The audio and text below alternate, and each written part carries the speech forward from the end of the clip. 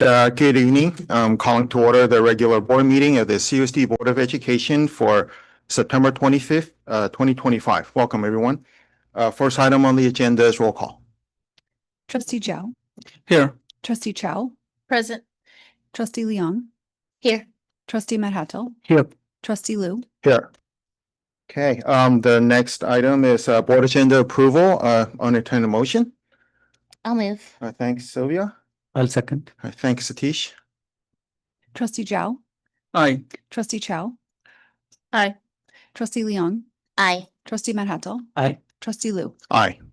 All right, with that then, we'll go ahead and transition on to the board study session today. So Superintendent Yao. Thank you.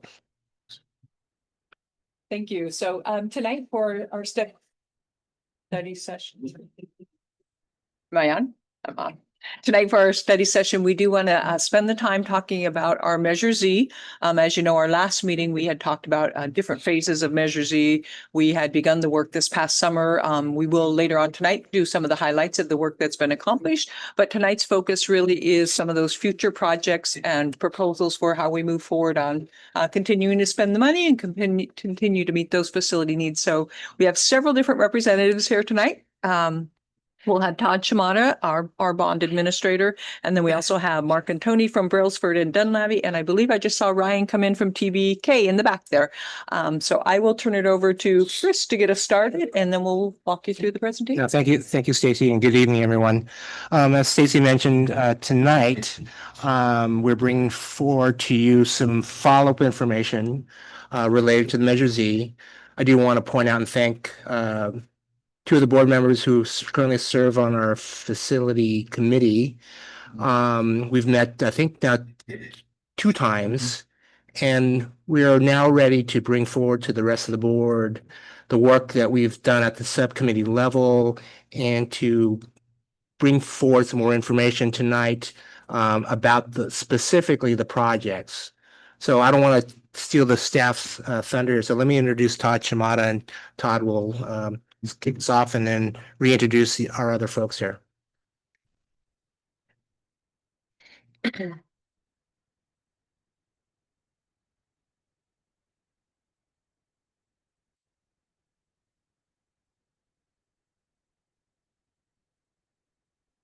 you.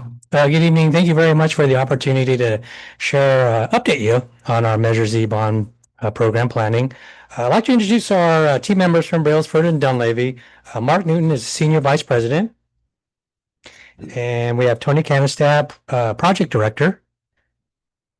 And then unable to attend this evening, we have Amanda Anderson, Project Manager. So the team has been hard at work developing our Measure Z bond programming. They've been meeting regularly with district staff, and they've also met with the facilities committee. This evening, the team will update you on all of the Measure Z bond program that we have completed to date.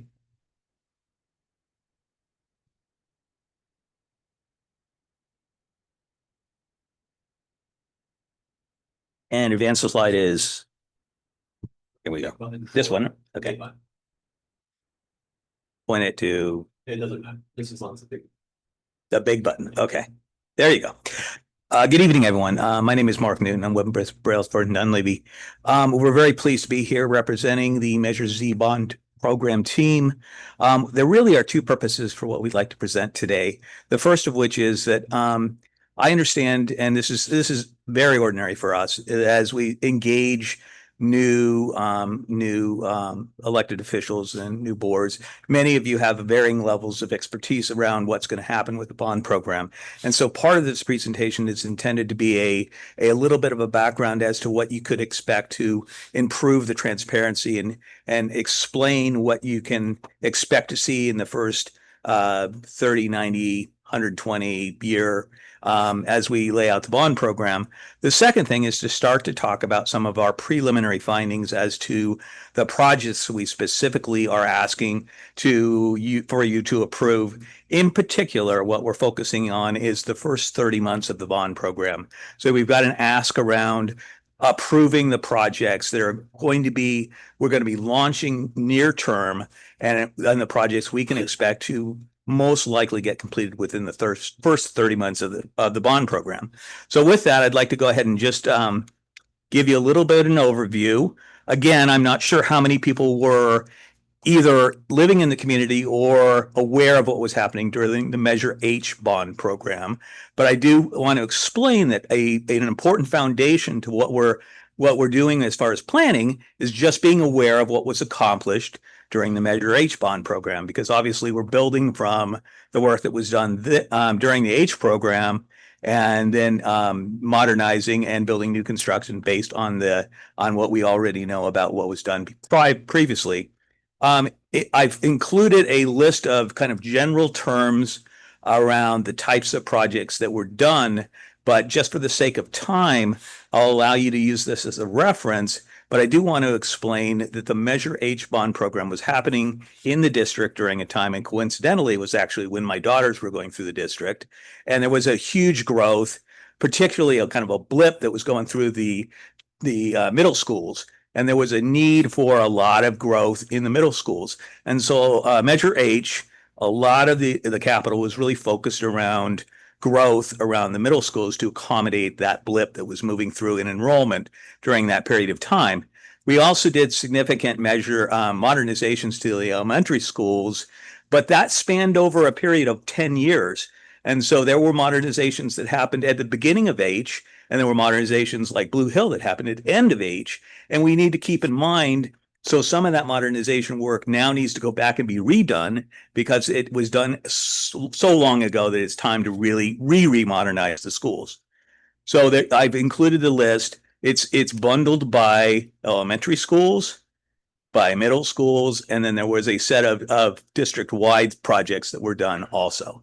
So I'd be happy to answer any questions once we get into the work study session of this, but I don't want to belabor that. This is really intended to be a reference for you as we're moving through talking about the priorities we're recommending for Measure Z. The next thing is really showing kind of some of the guidance we're taking from the ask that was made of the voters. And the ask that was made of the voters primarily was based on the bond language that was presented to the voters with all of the election materials that were presented. So we're trying to honor that and make sure our scopes of work are in alignment with the promises that were made during the elections, and make sure that we carry that work forward.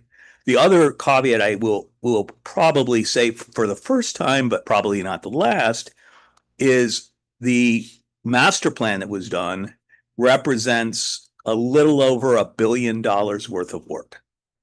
And as everyone knows, we have $347 million. So we are not able to accomplish everything that's listed in the master plan. But we use the facilities master plan as a guide, and we bundle the scopes of work into a set of prioritized categories. And those categories are health, safety, code compliance, security, new program integration. And an example of new program integration, the simplest for you is the adaptation of age-appropriate playgrounds in your pre-K and your preschool program, because the other playgrounds are just not scaled appropriately for the size of the children. Building systems replacements, lighting, HVAC, envelope integrity, that sort of thing. Modernizations, and that's the same thing you would do to your house after 20 years of living in your house. New carpet, new paint, just to make it look modern and feel like it's a contemporary environment to teach in. New construction is a priority. However, it's very limited in Measure Z bond program as far as the recommendations we're carrying forward. And more and more the importance of integrating technology into the learning environment as an important aspect of the way the pedagogy works within the teaching environment. So with that, we've taken your bond language, and you can see the symbols that we put on those priorities are carried forward. And this is just a reprinting of the language that you produced in the long version of your bond language. But we've categorized each and every one of your bond language categories and put them into those priorities. And again, I'd be happy to answer any questions specifically in detail to these, but I don't want to belabor that. I'd rather dedicate the time to the project list. So then we just want to talk another foundational step that I believe, Chris, are you going to be taking this? Okay. I'm just going to take just a quick moment here. Want to introduce this topic of a project canvas. These are guiding principles that myself and the team are utilizing to help develop the scope of work. I'm hoping that the board will also understand, maybe adopt these guiding principles to help us communicate the what, the why, the where, and the when. So basically, it focuses on what's the purpose. So you can see that there are 3 domains. One is mainly the purpose. Why are we doing this work? The next part is who's involved, all the different educational stakeholders. Obviously, at the end of the day, we do want to have, we have a goal, we have a project, and understand what are those understand what those benefits are. So these are just our guiding principles that we've utilized to establish the criteria. And again, I asked the board to consider this when you start looking at the projects to see if the projects we've come up with are following these guidelines. So with that, I'll turn it back to the team. Thank you. So next thing I want to cover is. You're good. Oh, okay. Next thing I want to cover is just give some general guidance as to the timeline of the activities. First, within the overall bond program, and then get into a little bit more details, project specific. It's as we start to look at timelines for projects, it's a very different timeline for projects, particularly because we have to have all of our projects approved through the Division of State Architect, which is a very methodical agency within our state and can consume quite a bit of time. And so our project planning can take a significant amount of time. But the first thing I want to cover is the way the bond program is most likely to go from that first date, are looking at that June 5th approval of proceeding forward with our contract into the actual commitment of work. So I've created this diagram specific to the Measure Z bond program. I think the most important things I want to draw attention to are there are 3 gray boxes down at the bottom, which are significant decisions or milestones that are included within the program. The other thing I want to draw attention to this diagram is you'll see blue circles along the top. Our intent is that those blue circles, at the very minimum on a quarterly basis, we're reporting back to the board as to the status of the bond program, the status of the projects, and the budget and the schedule development. So you can see those, you'll see those blue dots carrying across.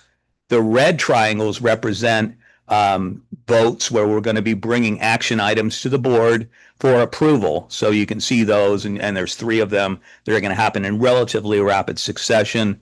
And then you'll see that also play out in the project timeline. But really, the major significant things are we're doing a lot of things. We've been evaluating the information, looking at the scope that was accomplished in Measure H. We're developing preliminary recommendations around project recommendations. We're creating and then updating our project budgets.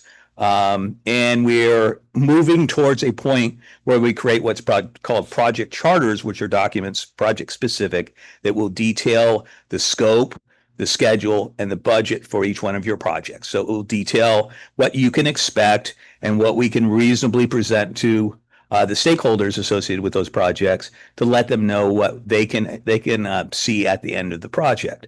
Now, the major milestones along here, you have already issued a request for qualifications for the architects and gone through, and there has been a process now to select architects who are ready to begin assignment of architectural services for the projects once we determine which projects we're moving forward with.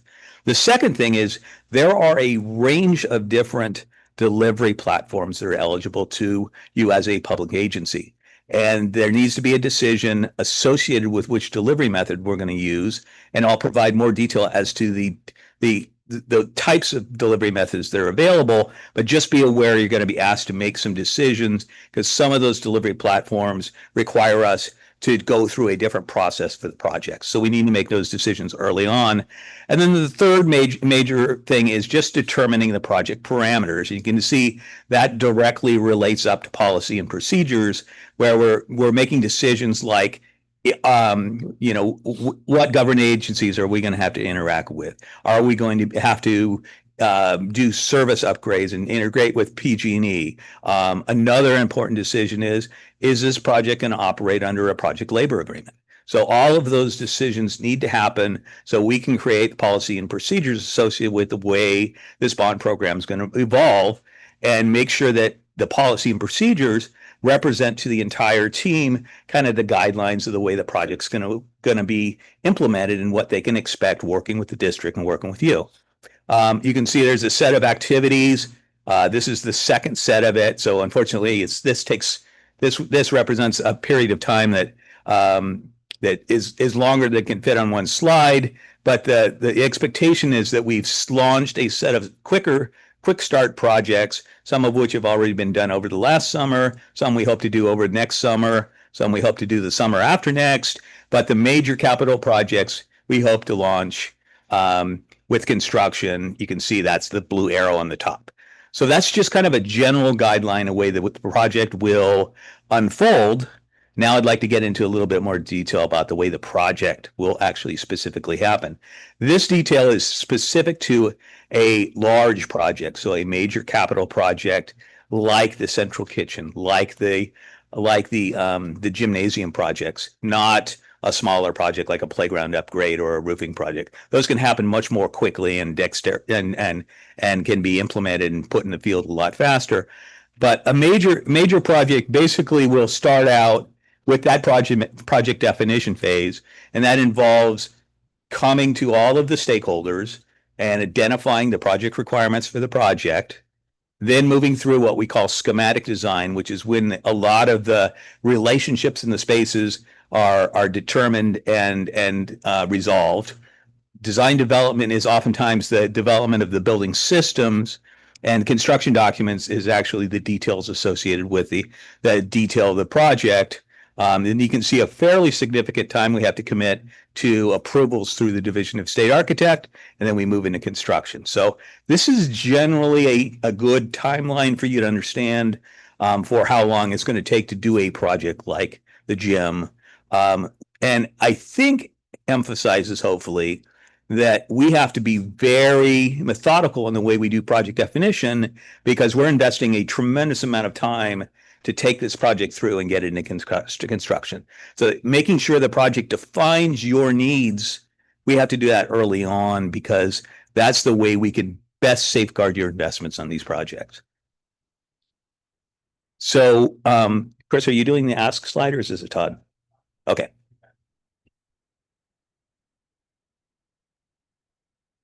You're doing that slide? Okay. Okay. Hello, everyone. So one of the things we're going to ask at the October board meeting, once we get through all this, is that hopefully you guys will approve the proposed projects on the list we're presenting to you. Again, we've broken them up into 3 projects. One is an approved project, which approved projects are basically projects that you've already approved contracts for, like some of the play structures that were done last summer, the roofing projects, things in that order. And again, the proposed are the projects we want to get done within the next 30 months so that we can start right away. The future projects are basically anything after 2 years. Then we'll start those. And again, those projects we would bring back to the board on one of the quarterly meetings for approval. So again, how we kind of came up with a list of things we did is, again, we looked at Measure H. We looked at the master plan. We had assessments done for roofing, for play structures, for the fire alarm system, for basically every system we could. And then we looked at it, evaluated what we needed to do, and then came up with a project list. Okay. And let's see, big button. So the first slide is going back to what Mark talked about is the priorities. This is the priorities where all the projects fit in. This is approved, proposed, and future. Okay.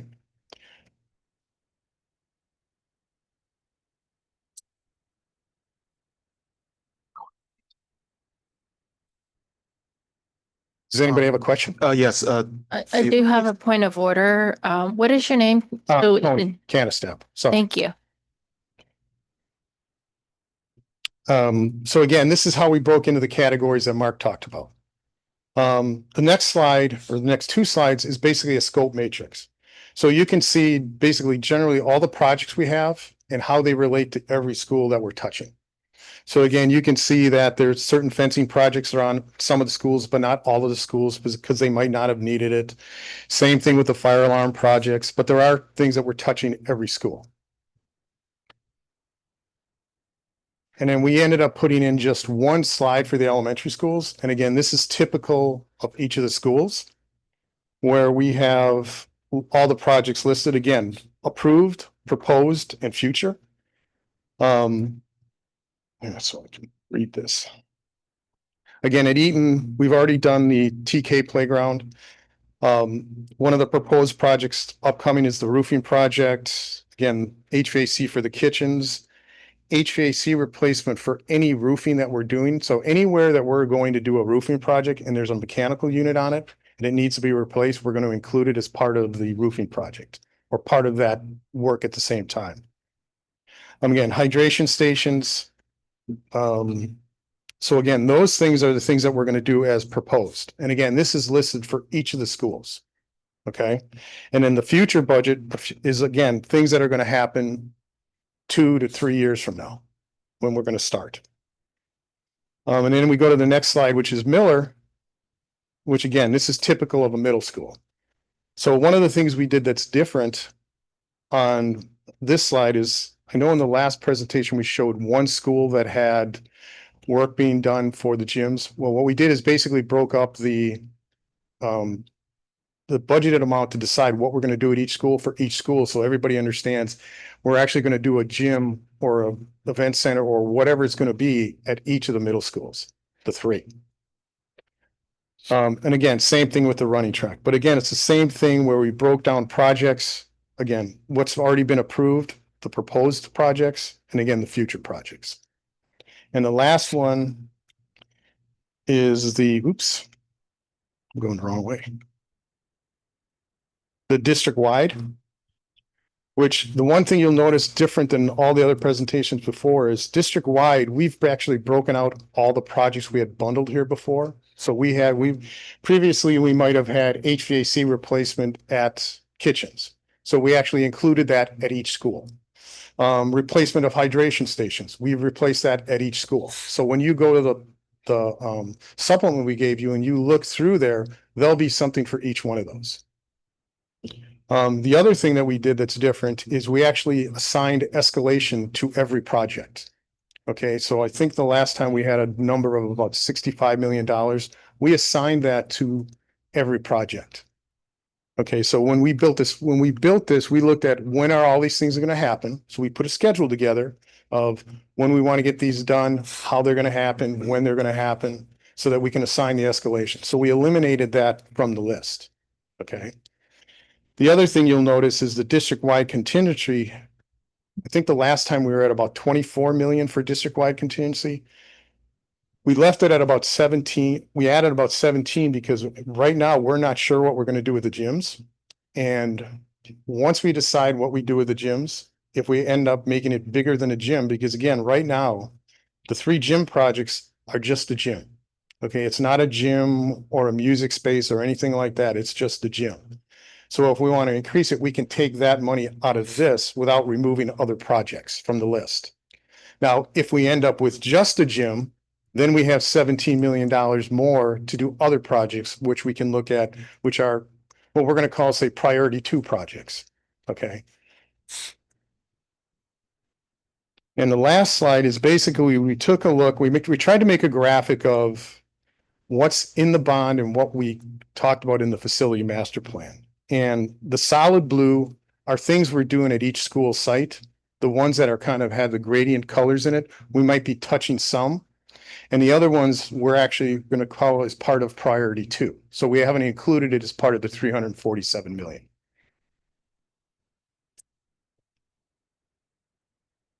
I'm sure there's questions. all right. Okay, well, thank you, Tony and Mark and Todd for the presentation. Let's bring it back to the board here. Who'd like to go first with any questions? Satish, all right, thank you.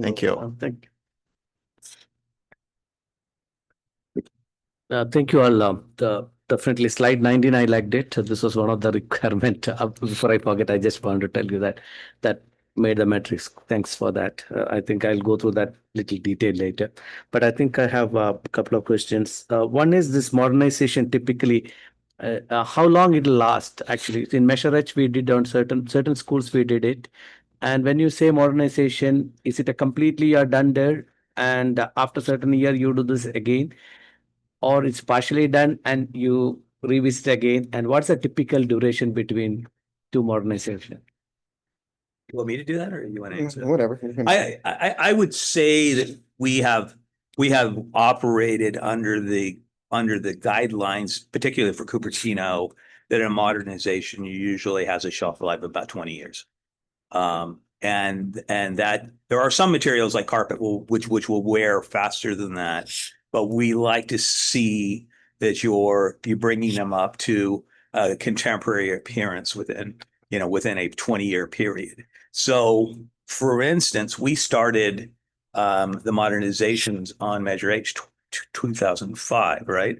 Or H was 14. Oh, H was 14, and then we were finishing up the bond program before that carried through 2005. So we looked at what was done in the bond program before H, and what was done during H, and now we're looking at Z, kind of saying, okay, from a tiered standpoint, what's the logical sequencing of projects as we move through them. So we are setting up a process where you're not going to have to modernize all your schools 20 years. It will, this bond program will play out over 6 to 8 year period of time, and then you'll be able to modernize the next set of schools in kind of that window. Okay, so roughly, I've not gone through this. So roughly about 50% of the schools are getting modernized in this. What's that?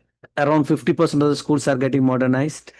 Based on the first chunk of, because we're only recommending. But Yeah. so there's Collins wasn't modernized in Measure H. Eaton wasn't modernized. Murdoch Portel. Part of Lawson wasn't modernized, and part of Kennedy wasn't modernized. So those are the 5 schools that we're actually going to do modernization. Now, the portables, we're actually going to touch at all the schools because though most of them weren't modernized as part of Measure H. Okay. Thank you.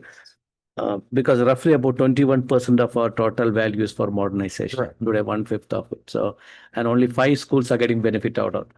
But again, there's more things that go into modernization than just modernization that we call modernization of a school. Okay. Right? So, if you go back to the list that shows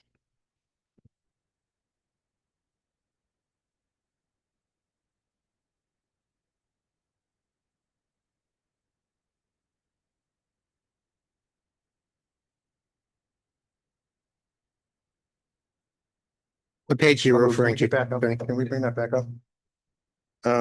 Slide 20. Slide 20. Yeah.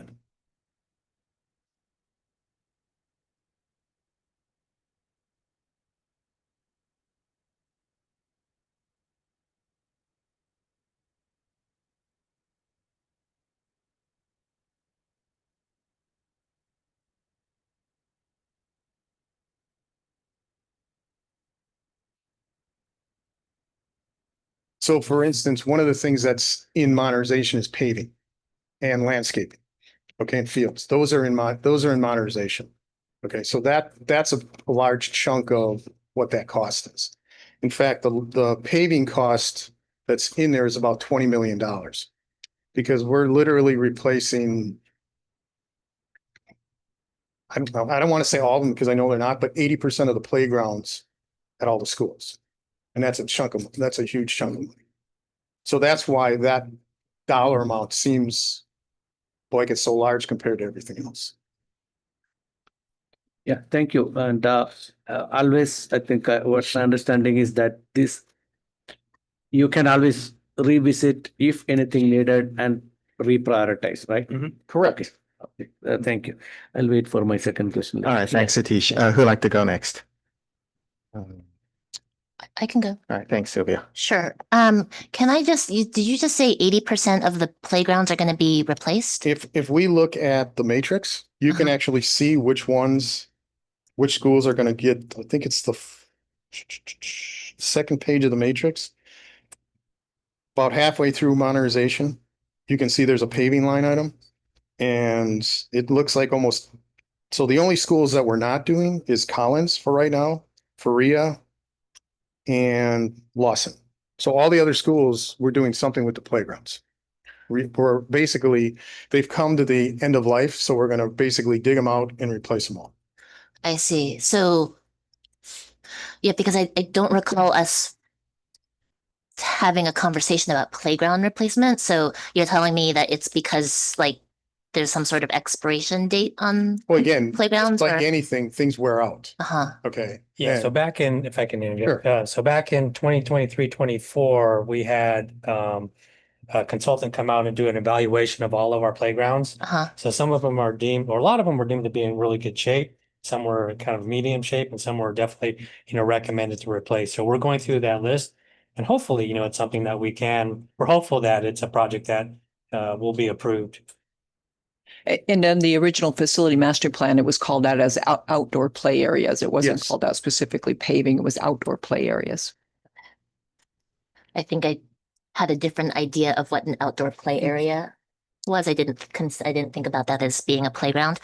I'm wondering about plumbing. Is plumbing under one of these categories? Because I didn't see it specifically called out.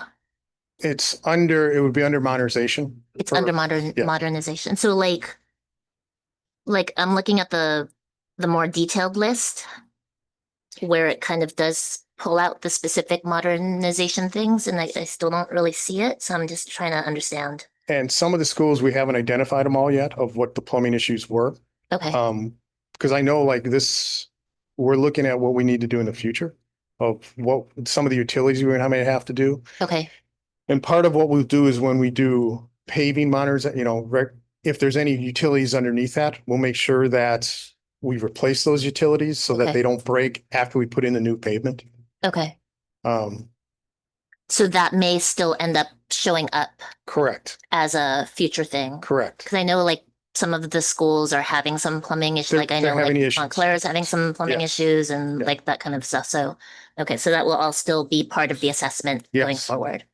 And then can you help me understand what the difference is between HVAC unit replacement and HVAC replacing a unit with HVAC controls? So as part of, I think we've got a state grant to do so much HVAC work. And part of that was we did an assessment of what the district needs. Okay, so they went through and said, okay, we're going to basically figure out what we need to do with all your units. Do they need to be replaced? Do we need to update the controls? Okay, the controls actually basically make the unit work. So if you want to go up and adjust it, so like at your home with your thermostat, if you turn it to 76 from 72, that's your controls. Okay. Okay, and that's really what that is. So the controls in here is basically what the CalShape grant isn't paying for.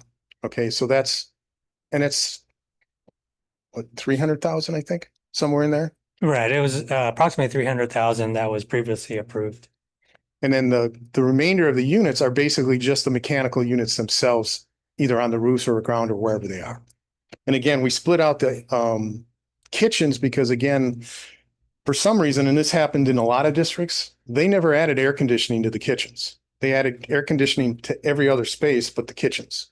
And that's not just your district, that's a lot of districts. So one of the things we're doing here is, again, not only did they need their heater unit done, we're actually going to replace it to do both heating and air conditioning. Okay. So like when I'm thinking about some of our older classrooms that have like the large air conditioning unit in the wall, Correct. that's when we're talking about modernization and we're talking about HVAC. I'm just trying to understand, is like replacing the HVAC part of, are we keeping the units because they're working, or are we just modernizing everything and kind of No, replacing we're just not if we're going in, Uh-huh. we're just not going to replace things just because we're going in and modernizing. Okay. Okay. again, we're looking and we're going to evaluate at the time we do the design of each school, do we really need to replace that unit? Okay. Okay. Because one of the things that happens is districts, an HVAC unit's life might be 20 years. Okay. But school district might end up using units for 30 years just because they cost money to replace. Okay. So, and again, just because its time is up doesn't mean it still doesn't work. So if we have problems with units, yes, we're going to replace them. But if they're still working, there's no reason to replace them. I've got more questions, but you can come back to me. All right, thanks, Sylvia. Who'd like to go next? Okay, thanks. So yeah, I have some general questions about the bond. Say, how often do we issue bonds, and how many bonds have we issued since we have the CUSD? Let me try to answer the question. So as the board may recall, we've done one bond issuance. The initial issuance was based upon how much projects we can get accomplished in a 3-year period of time. So we still have the larger remaining portions to still be issued. Oh. Whether we issue it in a series over a series of 4 issuances or 5 issuances or 6, it's really all dependent upon how quickly we need to draw down on those funds. We certainly couldn't have just sold all $347 million of bonds and sat on the interest, because there is that problem I've shared with you before about arbitrage. So we've only issued just enough to cover what we believe we're going to be able to do project-wise over the next 3 years. But the number of issuance is all dependent upon how much or how quickly we spend down the money that we have. So it could be over a period of 3 years, or maybe 3 issuance or more. Okay. Yeah, I think I actually asking for, say, how many mayors have we issued? I think we you mentioned the 3. Say we have a current mayor is Mayor Z, and 2014 was Mayor H, and you also mentioned another one. It's 2005. All right. So. And I'm wondering, say, do we always have this pattern every around 10 years we have a new mayor about the bond? I understand your question. I appreciate that. So I don't know how many total bonds we've had over the many years that this district has been in place, but usually speaking, obviously, as the team has talked about, our facilities continue to get older every year, and ideally, it would be nice to be able to do those full renovations at least every 15 to 20 years. So, but bond programs are sometimes brought on, consecutively. So maybe best to look at our neighboring high school district. Fremont Union High School District has been fortunate enough to bring bonds consecutively after over a period of years, because they're doing those projects pretty quickly. For an elementary district, since we're trying to, I guess, spread out the work for many years, we're not having to go back to the community and keep asking for a bond measure, every couple of years. But it really just depends on how frequently we want to address the needs. If we can address all these needs right now, we certainly wouldn't necessarily have the need for a future bond. But I will be honest with you, is that, again, the facilities don't get any older, and really we're trying to repair our facilities to bring them up currently. But then in 10 years, or even longer, even 20 years, we're going to have to go back and start doing those same roofs that we just recently did. So you get an idea in terms of, if you look at the lifespan of a roof, you're definitely going to replace it over a span of 20 years. So that means that you will need some sort of bond funding to at least cover that over that span of time. In addition, remember when we did the facility master plan, and mentioned earlier, there were about $1 billion worth of, so there's still, even with this 347 million, there's still projects that at some point we would like to do or need to do because of the aging of our facilities, which would require another bond at some point. Yeah. Okay. Thank you. And I have an say on page 14.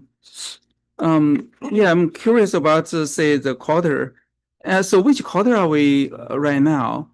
Are we the first quarter of 25, 26? or the third quarter. Yeah, but there might Okay. be plans to build schools. No, he was asking which. Yeah, we were kind of simultaneously working on a number of things. Just behind the scenes, we're working on our scope prioritization. That's part of what we're bringing to you today. We're also working on the communication strategy. So we're talking to to Chris and Todd, what's the frequency, the methodology that we would like to communicate? Oh, I'm sorry. Oh. What's the our communications plan? So what's the methodology frequency that we're communicating to both the sites, but also your community adjacent to the sites? So we're developing a communications plan. We're developing a decision making matrix. And we're also simultaneously modernize or updating your district standards. So you have district standards and we're modernizing them to bring them up to current standards. So we're kind of working on standards, your policy procedures, your gap analysis, which is really the scope that was defined in the master plan and what was left off the master plan, but we feel is important to also include so you have a complete school when we're done with our scope of projects. I think the So- clarification was on, for example, slide 14, where we're seeing Q1, 25, 26, Q2, 20. What is your Q1? Because we know schools operate on different. Oh, I'm sorry. Yeah. So, I'm answering a totally different question. This is intended to be based around the academic calendar. So Q1 would be June 2025 through July, August, September 2025. And it's intended to kind of match up with your academic calendar. Okay, so we are in Q1 right now. That's correct. So including summer. Yeah. Yeah, we are still at the That's- foundational stage of your bond Okay. program. So we are currently at the first blue dot, the reporting. blue That is dot. correct. Yeah. Yeah. All right. Okay. Thank you. Thanks, Ava. Yeah, thank you. It'll be good. I really enjoyed board member Zhao's question about the quarter. So maybe in the future, if you can put in the months, since we do have different calendars. Yeah. So I'll ask the questions, kind of follow up with some of my previous members have asked questions, kind of further clarification. For the paving of the playgrounds, does this include, I mean, is it the paving or does that include upgrading the actual play structures? So the paving is just actually the paving, so it's not the play structure. There's actually a second, excuse me, a second line, I think at the bottom of a lot of schools, it say play structures like phase 2. Those are for replacing the upper grade play structures, at least at some of the schools. But the paving is just paving. Okay, and the second question's still on paving. 80% of the playground is a lot, and there's concern of heat that pavement brings. And on a very hot day, it could go up to 165 to 185 degrees. And it exposes people who are on it, including our students, to chemicals are emitted because pavement has a large amount of tar in it. So I was wondering if there are any considerations of more ecological alternatives than pavement for our students.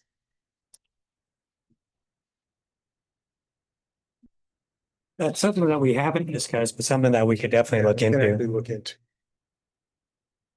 And then the other possible thing is when we're looking at play structures, areas which our children are playing, if there's any shade structure that's also in consideration of to be more eco-friendly.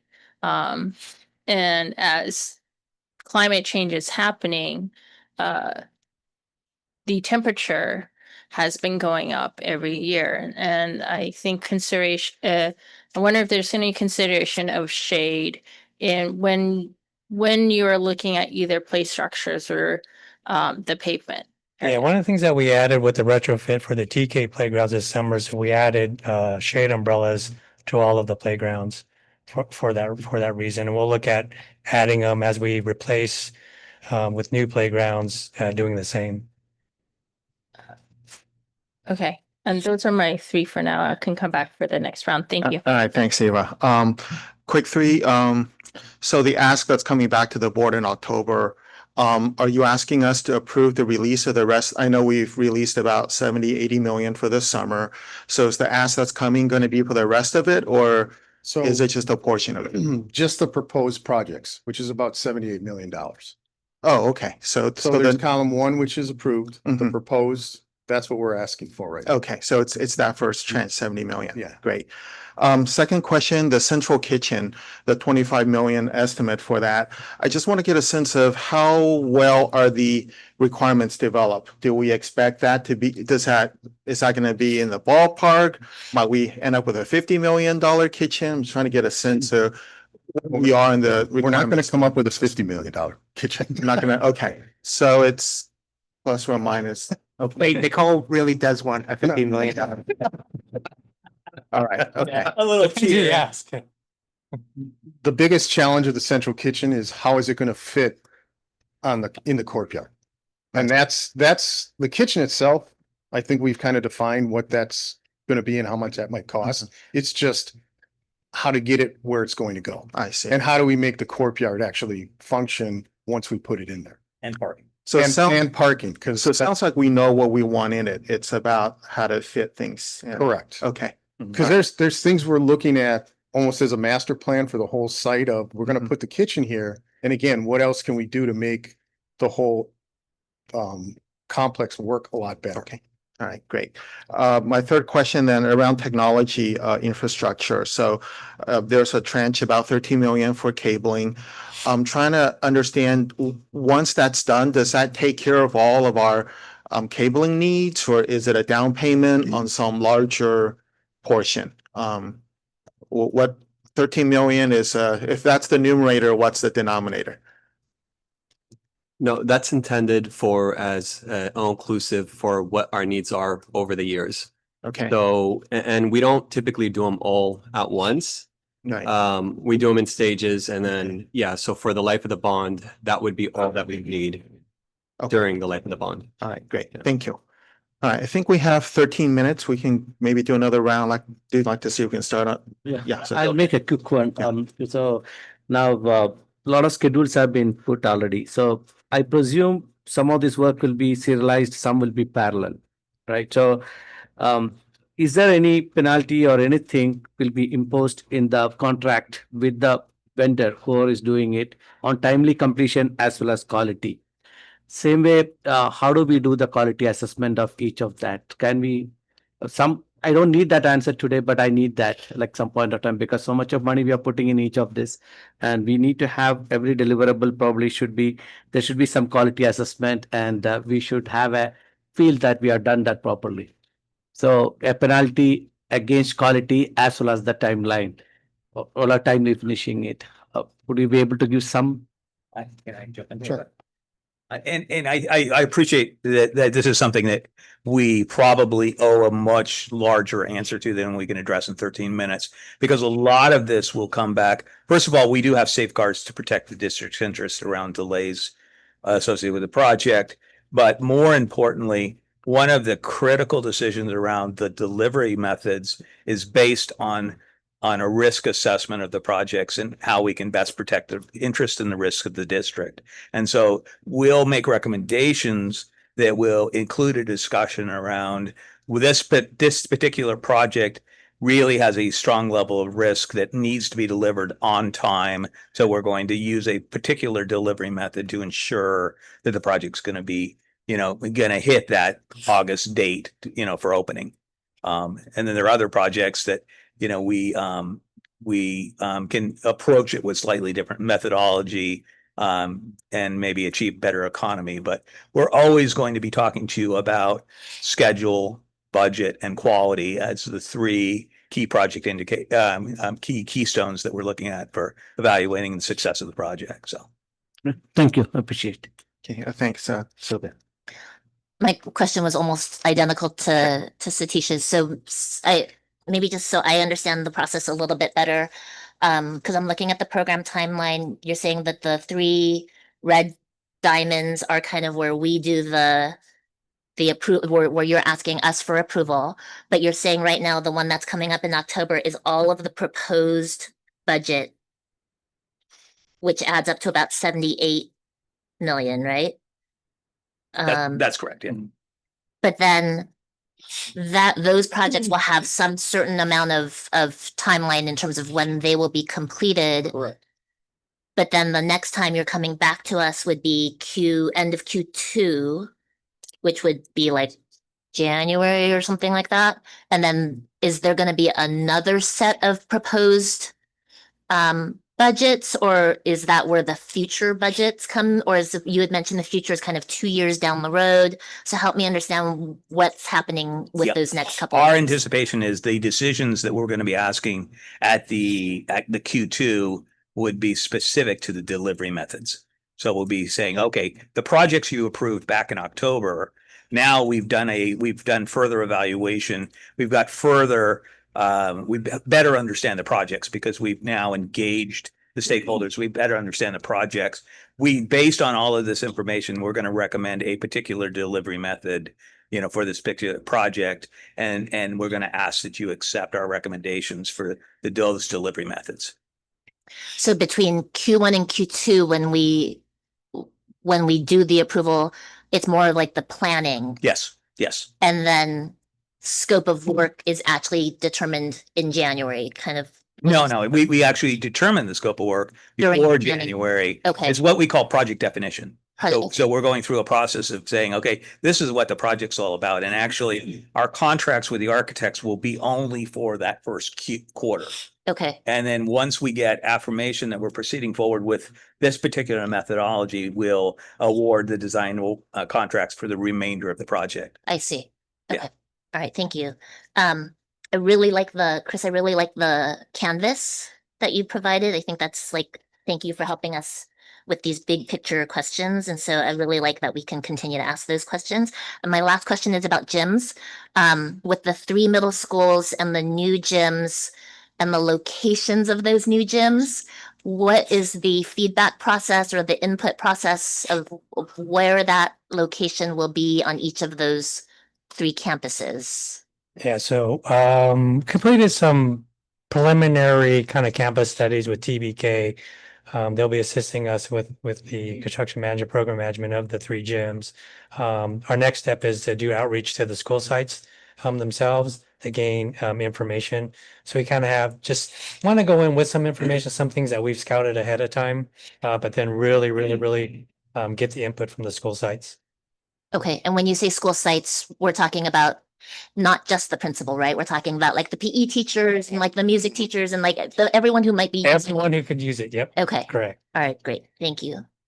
That's good for me. Thank you. All right, thanks, Sylvia. Long, please go ahead. Okay. Yeah, say seems like there will be a red diamond, and which is that to ask for some approval. Say each quarter, and so that's great. But when a project finished, it looks like our project's timeline was about in 3 years, right? So since we started the real construction, it will be in quarter 13, right? And so it will be in 3 years we started. And so, I'm wondering, when we actually finish the project, are you going to come back and show off your great work? Hopefully we have a ribbon cutting where we could all attend. Okay, yeah, because I think we really need to to report back about what you have done about the project. Well, and again, I think part of it is we want to do quarterly reports to the board on what's going on, all the projects. Okay. So that you'll be aware of what are we doing all the time. Okay, good. And I think our intent is just as a district to send out information, whether it's through our parent square or through our superintendent letter or some other blast, just to let our community know and highlight some of these great accomplishments when we make them, to show our appreciation for Measure Z. So as soon as we get some of those bigger projects done, we'll be sending out with lots of colorful pictures as well. Okay, that's great. Okay, and another thing I would like to see is that to say, well, we have a lot of projects, and there's some projects within, yeah, we'll get into Mayor Z anyway, and some are probably not in our Mayor Z anyway, and some are in between. Yes, say is that depends on say whether we have the money or not. And some, so I'm especially interested in those say projects in the gray area. So whether say it depends on say whether we go to POA or not, because we know POA will increase the cost, and if we can figure out say if we increase the cost for 10 million and which project is going to push up. So I would like to see such information in the future. Not today, but in the future. No, thank you. I understand your question, and I think Stacy just touched upon it briefly, was that the fact of the matter is with $1.5 billion worth of project needs, Yeah. we're only going to scratch the surface. So we're going to be able to do as much as we can. Some of those projects that we can't get to due to not having enough funding to complete the projects, those projects in the gray area, those will most likely be things on the next priority list. And kind of going back to your original question, that becomes then the justification and rationale to perhaps maybe go out for another bond measure in the distant future once we've already committed all of the Measure Z funding too. So it all kind of ties together. And so that's the idea. And if I can add to that, we're coming up with a priority 2 list of projects. I mean, because again, we know we have more work than we have money for. So we're going to come up with a list of projects that we can bring to the board and say, okay, these are priority 2, so that if in the end we don't use all our contingency money, we can actually do some of those other projects. Okay, so again, that's part of the intent, is to try to do more projects. Okay, cool. Okay, thank you. All right, thanks, Ava. Please go ahead. I'll try to do it as quick as we can since we have a few minutes Yeah, left. 4 minutes. The proposed timeline of the bond, I see that on here it says 2029, and you mentioned that Measure H or the H bond from before lasts about 10 years. What is your projection for Measure Z So I for think the duration? about 6 years. Thank you for speaking into the mic. And the other one is kind of, and I think I see this as some of my fellow board members also have the same question, is like, and to keep in mind, and you don't have to answer now if you don't have the answer, but how are you all going to guarantee the quality of the work, and and you talk about particular delivery method, and to us that seems very vague, but it seems like might be coming down the line to have, and I think it comes down to accountability. How can we make sure that the projects going on will meet its project deadlines? Thanks. I'd like to add that, when we talk about quality, I think quality first starts, important part of it is design. So it's super, super important for us to get the right design team to get on a project. And then things happen really well from there. But design is a super critical part of quality.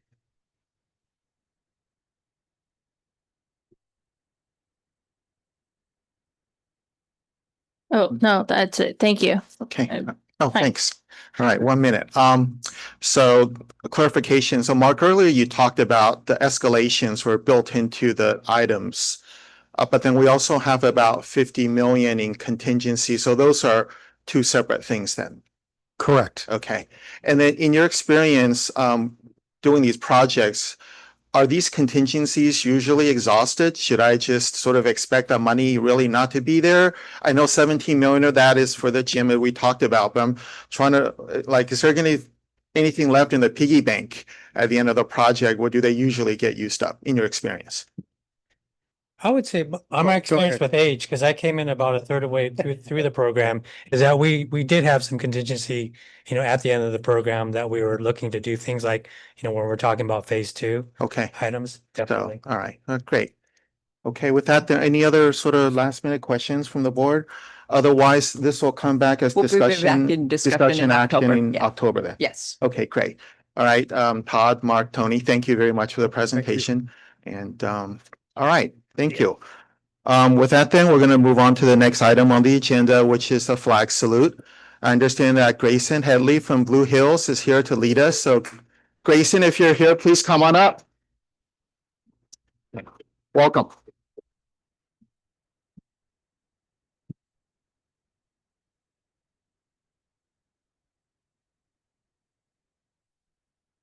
Good evening, CUSD community. My name is Grayson Headley, and I am a fifth grader in Mr. Casey's class. Please stand and join me for the Pledge of Allegiance. Put your right hand over your heart. Salute. I pledge allegiance to the flag of the United States of America and to the republic for which it stands, one nation, God, indivisible, for liberty and justice for all. Thank you. Please be seated. Thank you, Grayson. Next item on the agenda is we have a school presentation from Blue Hills Elementary. So this time I'd like to invite the Blue Hills delegation to come up to the podium. Thank you.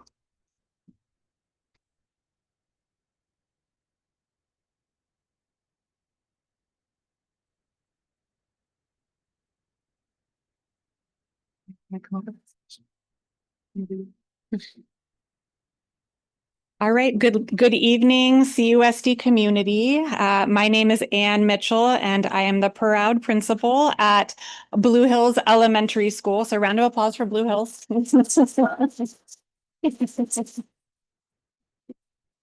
And I am just really so excited to celebrate our school's recent achievement, the PBIS California State Gold Ribbon Recognition.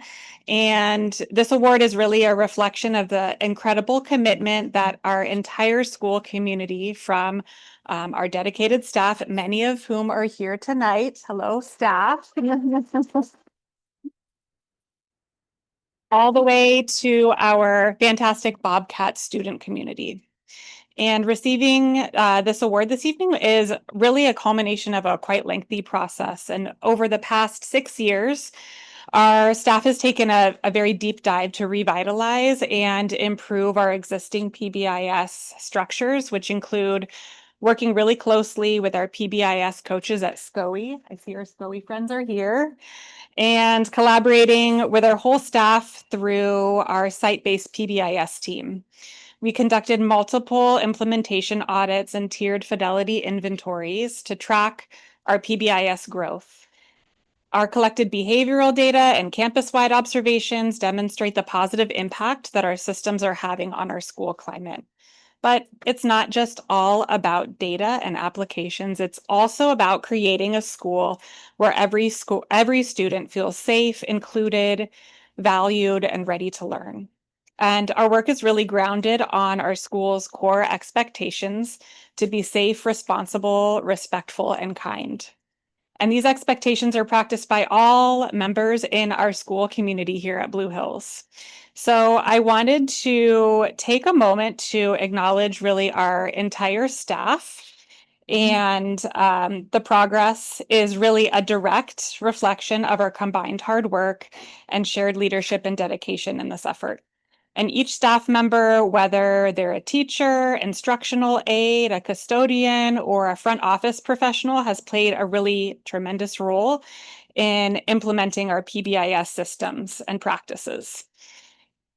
And this is really truly a group effort. And without their commitment and partnership, we would not have achieved nearly as much. But to share more about these PBIS practices and how they've come to life, I wanted to invite some fantastic Blue Hill students to share and highlight specific parts of how PBIS has impacted positively their school experience. So I want to first welcome Miss Olivia. So Olivia, come on over.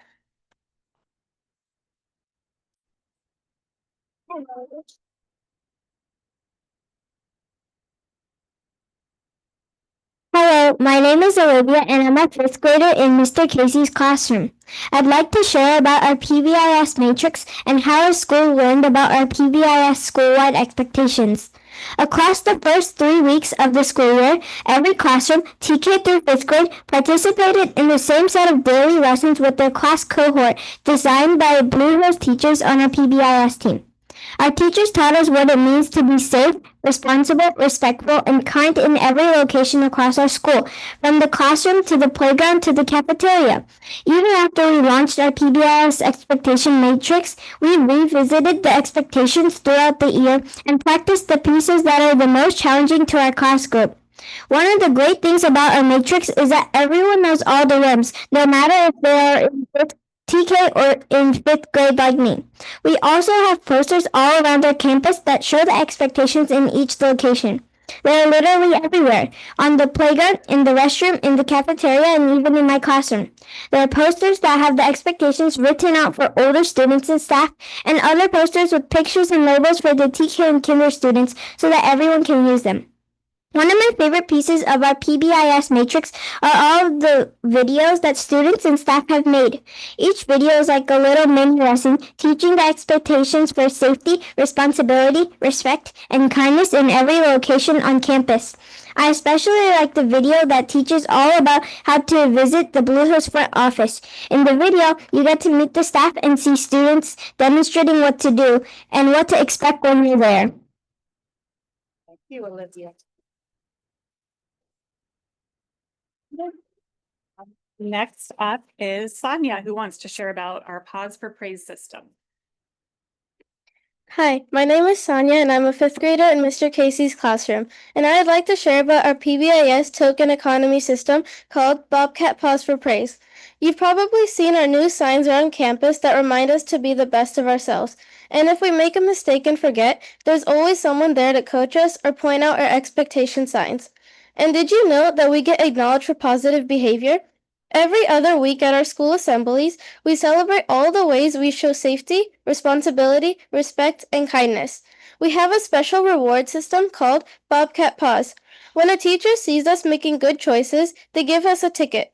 One half of the ticket is saved, and later we get to cash in our tickets for incentives at the Bobcat Den. We put the other half of our tickets into a big clear tower near the office.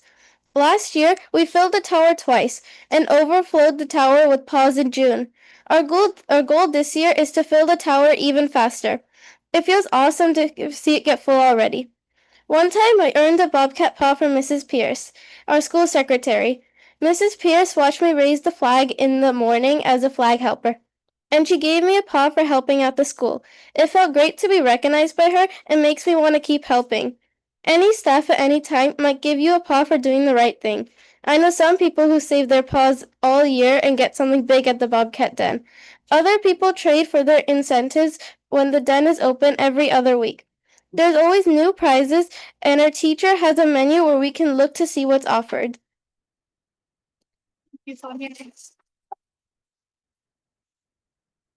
And next up is Fabian. Good evening. My name is Fabian Kwan, and I am a fifth grader in Miss Mazan's classroom. Tonight, I would like to talk about our PBIS challenge days. Throughout each week, there are so many times when students practice social-emotional learning. An example of social-emotional learning is when Miss Mazan teaches something called second step lessons to our class.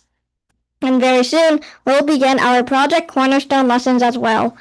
Miss Mazan also gives us class time where we get to talk about how things are going with our friendships within the classroom and about ourselves. This shows that my teachers really want to get to know me. At the start of every year, our school holds PBIS Challenge Day activities in the GLC. On Fridays, team building stations are set up by Principal Mitchell in our GLC so that students can practice teamwork, communication, and collaboration through fun activities and experiences. Challenge days are also planned after each school holiday. They're so much fun because we get to do pretty cool team building activities with our classmates. It's a really great way to meet new people and learn how to work together. The activities also teach us about important things, like how to handle big feelings, how to listen to others, and how to be a good friend. PBIS challenge days essentially make us realize that we have to cooperate and work together as a group in order to complete all the fun tasks. Our teachers are so smart and sneaky. They have us work on these challenges to secretly practice skills we need to sharpen. And I'm not sure if they actually know we're having fun doing it. Our class participated in activities like community circles, read-alouds, cup stacking challenges, team relay races, and class discussions so that we can get to know one another as friends and feel closer like a family. When we worked together, the activities were even more fun. It taught me that listening and working as a team is a big part of being a student. Challenge days make me feel reassured and excited to come to school every day. Thank you.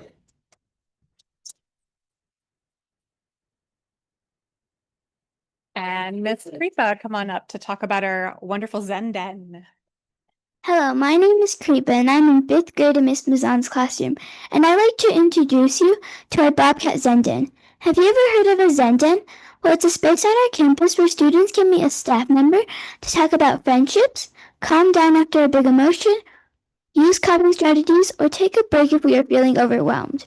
Our teachers help us learn how to handle our feelings, which can be hard sometimes. We even have counselors like Miss Caitley and Miss Morgan who visit our classroom to teach us about things like understanding our emotions, conflict resolutions, and getting along with others. London has a lot of tools and resources for students, and each classroom also has space where kids can go if they need a minute for themselves before joining the group again. These spaces on campus have been a really big help for all kinds of students at Blue Hills. One time my friend was having a really tough day and felt like they couldn't focus. She asked our teacher if she could go to the Zen Den and talk to someone about what was bothering her. When she came back to class, she felt a lot better and was ready to learn.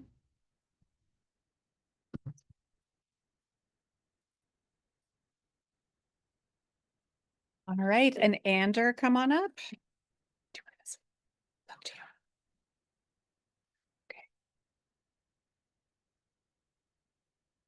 Hi, my name is Ander, and I'm a 4th grader in Miss Schmid's classroom. I would like to share how our counseling team helps to support students through our PBIS systems. A big part of PBIS is all about knowing who you can go to if you need a little help during the day. Counselors at Blue Hills are just like coaches. They help us practice skills we are working on so we can reach our personal goals. Counselors even lead lessons in our classrooms that match our grade level. For example, TK students are learning how to name their emotions when they feel them, and 4th graders are learning how to solve peer conflicts in a respectful way.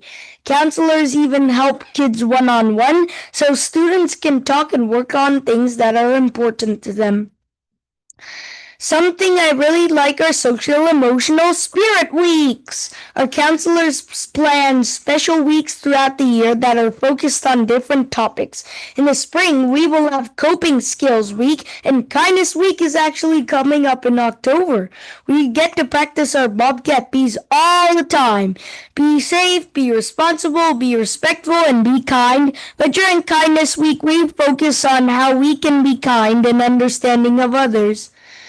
There are friendship bracelets making stations, a positive affirmation station, and other activities to spread kindness across our campus.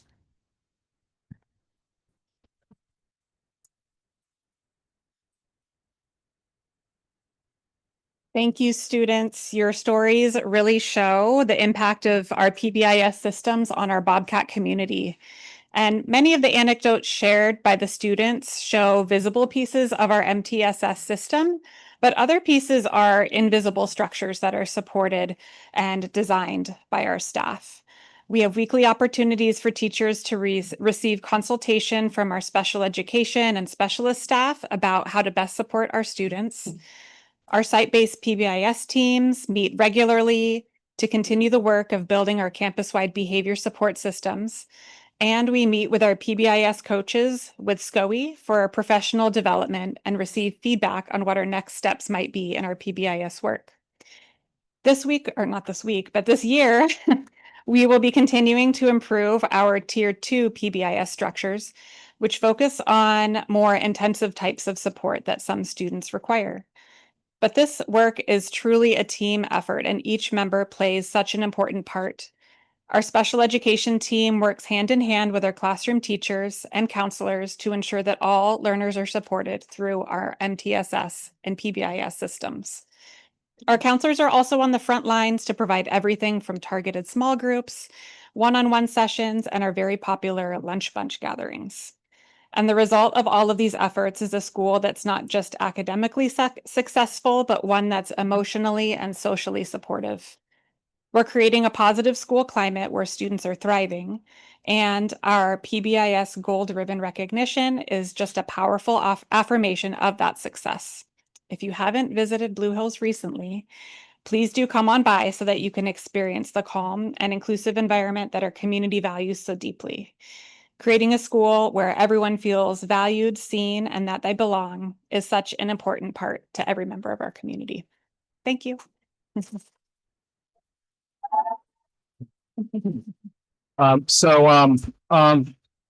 behalf of the board, I'd like to express our thanks for all of you coming here to share your PBIS system with us. So thank you, Principal Mitchell and Olivia, Sonia, Kripa, Fabian, and Ander. So thank you so much. Y'all did a great presentation. And so we'd like to maybe get a picture, if that's okay, to commemorate this occasion. So if we all could line up here. Thanks. The next item on the agenda is actually related. It's a recognition of some of our schools who've received state honors for PBIS. So with that, So it is exciting tonight. I'm going to invite Laurel Henderson, one of our directors of instruction, up to the podium. She works closely with our PBIS and to kind of build on Blue Hills. We also have some other schools that are receiving the recognition. We also have special guests from SCOE that's here to share in our celebration. I know that we have Alex Cornella. So I will turn it over to Laurel to start the presentation. Okay. Well, good evening, members of the board, executive cabinet, members of the community, and our awesome PBIS teams who I know are here. And we will have a chance to see them in just a bit. And also thank you, as you've said, Stacy, to Alex Coronel from the county office, and to she's our PBIS main trainer, and we also have her colleague Molly Anderson, who's a PBIS program specialist here. So we'll have a chance to meet them in just a bit. But I am thrilled to be here tonight to highlight the outstanding achievements of our schools in earning statewide PBIS recognition. We'll be highlighting the dedication of our students, staff, and families in creating positive and supportive learning environments. At the end of this presentation, we'll bring each PBIS team up to receive a certificate from the County Office of Education, and we'll take their photo at that time. So PBIS, as you know well now from Blue Hills presentation, it stands for Positive Behavioral Interventions and Supports. And it's not a program, but rather an evidence-based, multi-tiered framework used by the schools to improve student behavior, promote social emotional growth, and create a positive school climate for all. Instead of just focusing on discipline, PBIS emphasizes teaching and reinforcing clear behavioral expectations, celebrating positive choices, and providing interventions and support when students are struggling. Schools that successfully implement PBIS with fidelity see positive outcomes such as fewer classroom disruptions and office discipline referrals, increased instructional time, improved academic and social emotional outcomes, and a stronger, more supportive school culture. The PBIS State Recognition Program is a system that was established to acknowledge schools that are successfully implementing that PBIS framework with fidelity. Schools can apply to be recognized at 4 levels: bronze, silver, gold, and platinum. This recognition is a significant honor because it's testament to a school's commitment of building a safe, equitable, and positive environment for every student. The rigorous application process requires schools to submit data and documentation to demonstrate that they are effectively using the PBIS framework to improve student behavior and school climate. This includes showing that they have defined and taught clear behavioral expectations, actively acknowledge positive behavior, and use data to make informed decisions. A key part of this process is what's called the Tiered Fidelity Inventory, or TFI, walkthrough. So the TFI walkthrough is a crucial component of the PBIS recognition application. It's a structured observation and interview process that an external evaluator conducts at the school to assess how consistently and accurately PBIS is being implemented on campus. This is not a self-assessment. It's a validation process conducted by a certified professional. Specifically, it's performed by an authorized California PBIS external reviewer, or ACER. An ACER is a professional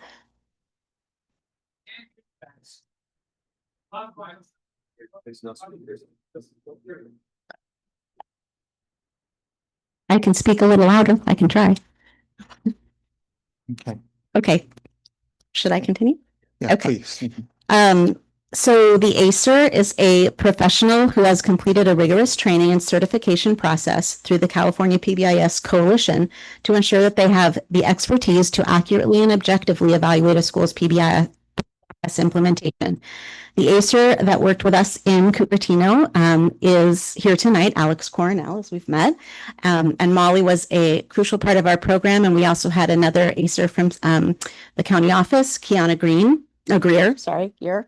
I always mess that up. My apologies, Kiana. But during the walkthrough, the ACER looks for visible expectations. They check if the school's behavioral expectations, such as be respectful, be responsible, be safe, are clearly posted in different areas like classrooms, hallways, and the cafeteria. The ACER conducts student and staff interviews. They interview a random sample of staff members, teachers, custodians, administrators, and students to see if they can identify their school's expectations and recall that they've been taught those expectations and describe what the system is at their school for acknowledging positive behavior. The ACER reviews the documentation and other evidence to see that the PBIS team is meeting regularly, using discipline data for decision-making, and has a system for acknowledging positive behavior. The walkthrough provides an unbiased look at whether the PBIS framework is truly a living part of the school's culture and not just a program on paper. So our recognized schools tonight, we're incredibly proud to announce that 6 of our schools have received recognition this year. This achievement is a reflection of the hard work and dedication of their entire school communities. So tonight we are honoring Blue Hills Elementary with gold recognition, Stockelmeyer Elementary with silver recognition, Nimitz Elementary School with silver recognition, Eaton Elementary with silver recognition, Murdoch Portal Elementary with silver recognition, and Hyde Middle School with silver recognition. And this recognition is not just an award, it's confirmation that our schools are creating environments where students feel safe, respected, and ready to learn. Our commitment to PBIS is directly contributing to a stronger, more positive school district. We're proactively teaching students the social emotional skills they need to succeed in the classroom and beyond. So thank you to our dedicated school leaders, staff, students, and families for making this incredible achievement possible. If Alex and Molly could join me here. We are going to call up the school principals and they'll be presented with their certificate, and afterward then we will individually call up the teams from the schools for a photo opportunity. Okay, so if we can call up Blue Hills Principal Ann Mitchell, please. And Stockelmeyer Elementary Principal Ann Kropp and Anna Williams, Assistant Principal. Nimitz Elementary Principal Yvonne Sugimura. Eaton Elementary Principal Cynthia Ho. Murdoch Portal Principal Allison Luvara. Hyde Middle School Principal Nick Tihadko, and Assistant Principals Kathy Olson and Jenny Kim. Thank you to these site administrators and their amazing PBIS teams.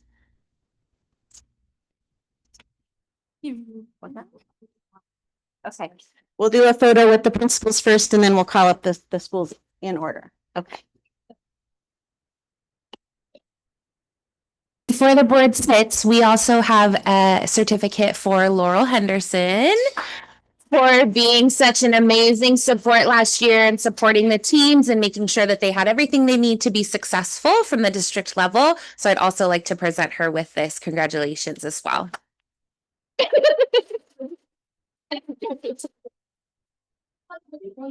Oh.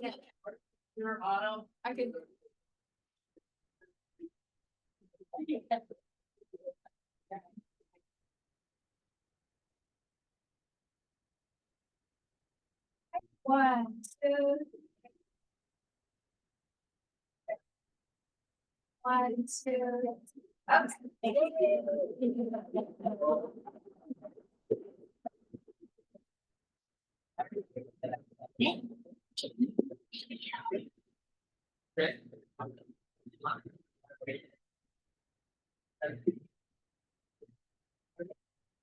Okay, yeah, once again, congratulations to our schools and for this incredible achievement here. So, and thanks, yeah, thanks for all the hard work to the staff and the communities. Next item on the agenda is the superintendent's report. Thank you. So I did want to highlight this past Monday was our first staff learning day, and this was really our first opportunity. We had all of our teachers had the opportunity to go into their learning pathways where they had a chance to collaborate and create with their colleagues. This really is our work as we continue with the Portrait of a Learner. Specifically this year, out of our 7 competencies, we're focusing on that inclusive collaborator and effective communicator. All teachers have selected a path that they're choosing to work on this year. And it really was a very positive day. The feedback for most teachers, they found something, a strategy, a technique, a tip, something that they could take back and put into their classroom. So we're excited. We'll have our next opportunity to bring all staff together in October. And tomorrow is a minimum day, so we'll continue to have those opportunities throughout the school year where they have time to be together and collaborate. The other piece that I wanted to acknowledge, and I see that we have many of our McCullough families here, is just over the last couple days, the incredible amount of feedback. There is definitely that passion and dedication that we know is with our McCullough community. I'll speak louder if you give me a thumbs up if you can hear me better. So I just think the feedback that we have received really just resonated in how much value the philosophy and the learning that takes place in McAuliffe. And really, you know, I think the clarification and the intent when we started this process several weeks ago is really ensuring, as we are responsible for as a board and district leadership, is to make sure that we're always abiding by our education code. Our intent was never to dismantle McAuliffe. Our intent, and for hopefully many of you received letters this afternoon, is that we are collaboratively, we want to work together. There are some things that we may need to adjust at McAuliffe, but we will do that through a series of listening and feedback.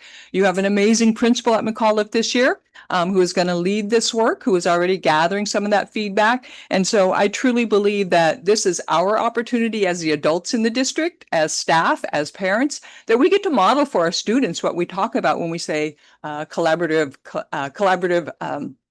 inclusive collaborators and effective communications, because this really is our chance. We get to do it. We get to model for the students. And I have no doubt that the work that we do with our community and with the staff at McAuliffe, we are going to be able to address some issues that we may need to. We're going to resolve it, but not lose any of that strength of what makes McAuliffe such an amazing site. And we heard that throughout the emails, the messages, you know, the value of the small groups, the value of the parent participation, the value of the instructional aids. Yes, we do need to do some working as far as clarifying what some of those are, what that looks like. But again, I have no doubt the partnership that we have, we will make it work, and it will still continue to be that thriving McAuliffe environment that our community has known for 50 years. So thank you. All right, thank you. Okay, next item on the agenda are communications from employee organizations. Do we have any speakers tonight? We do. We have CEA Representative Laura Copton. Okay. Welcome, Ms. Compton.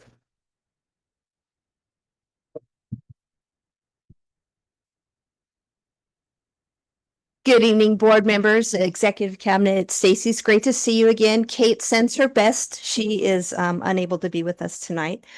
We definitely, CA wants to congratulate these amazing PBIS folks. Our winners from Blue Hills, from Eaton, Murdoch, Pertal, Nimitz, Stockelmeyer, and Hyde Middle School as well. It takes a community working together to build these kind of award-winning programs, and it's great to see that our schools are making progress in this way. As you know, CEA is also concerned about our financial stabilization within our district. Our members deserve and need more than a 2% salary increase, but we have not pursued a larger increase at this time We are concerned what positions and programs the district plans to cut and how those cuts will affect both student learning and our working conditions. We also support, of course, a robust retirement as incentive. As Stacy noted on Monday, many of our members spent a good portion of our day preparing curriculum for our future ready learners and learning about what goes into making gold standard project-based learning units. The 7 essential elements of a gold standard project are a challenging problem or question, sustained inquiry, authenticity, student voice and choice, reflection, critique, and revision, and a public product. Now, I work at Krista McAuliffe School, and as we participated in our program sessions on site, we were excited to see that the work we've been doing for decades appears throughout the district's new areas of focus. Even one of the quotes from the presentation was familiar.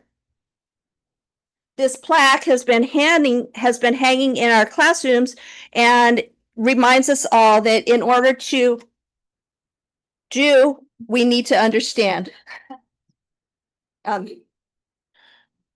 Some of you may be aware that our particular alternative school was started as a school within a school in the early 1970s, founded by parents whose vision of education was broader than what they were able to see at their own neighborhood schools. These parents found that opportunities for hands-on learning in small groups drove intrinsic motivation and launched children into becoming lifelong learners.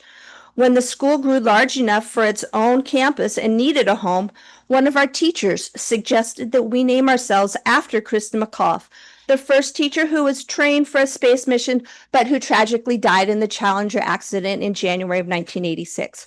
Her forward-thinking approach to education reflected our own community's ideals and aspirations, and we've been creatively collaborating and communicating ever since. Walk with me for a moment as a third grader at McAuliffe who is learning about American pioneers in a typical McAuliffe whole child focused integrated unit. Early in the year, I prepared beds and grow my own wheat in the garden. Many months later, on Pioneer Day, I will make biscuits and jam and butter in the kitchen for lunch. In between planting and harvest, I have taken several field trips, read historical fiction about pioneer times, and discussed those books in small groups. I've written journal entries as if I were traveling across the country. I learned geography and math as I planned for and purchased supplies needed for my trip. At the end of my journey, I stood in front of our town council and justified a land grant. They asked many challenging questions, but because my group had had plenty of opportunities to practice with many different adults along the way, we were able to answer all of the adults' questions clearly. Once we received our land, we celebrated with some of the folk dances we had learned all year long during PE. CEA is thrilled that we have several robust alternative programs in our district, each geared to meet the needs of different types of families. These programs make our communities stronger and create lifelong learners who make a difference in our world. It is vitally important that we continue to provide a variety of learning places and spaces as we move forward together, building future-ready learners. Thank you.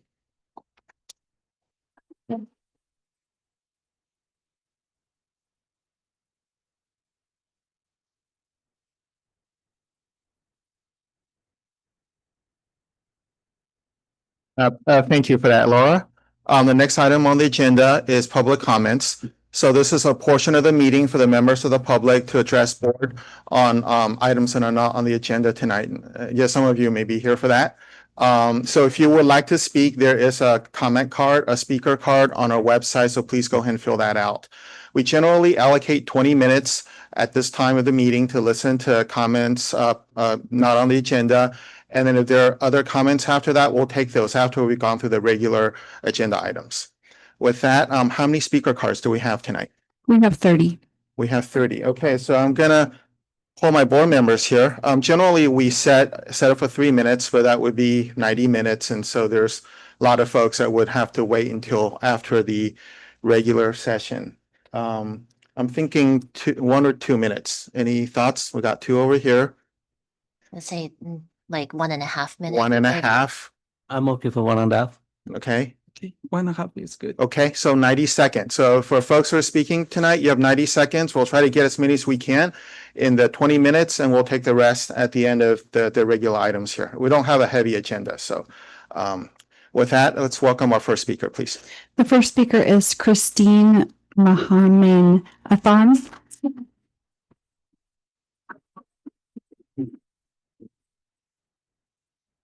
Welcome.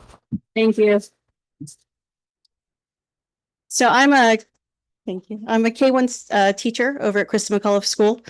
We want to, dear CUSD board members, Stacy and Allison, thank you for your recent responses to our concerns regarding the sudden implementation of the directive relating to the supervision of IAs and parent volunteers. We are greatly encouraged by your willingness to partner with us and the appreciation you've shown for the unique educational model we have built at McAuliffe. We are confident that a feasible solution can be reached through collaborative effort. We also want to affirm that McAuliffe's success as a model school, especially in helping our students achieve the 7 Portrait of a Learner competencies, is fundamentally built upon our rich, integrated, hands-on, project-based learning model. This work relies deeply on the invaluable contributions of our instructional assistants and dedicated parent volunteers, who are the core of our school's success. Our community is what makes McAuliffe a rare gem within the public school system. The implementation of the directive on supervision, however, directly impacts our approach.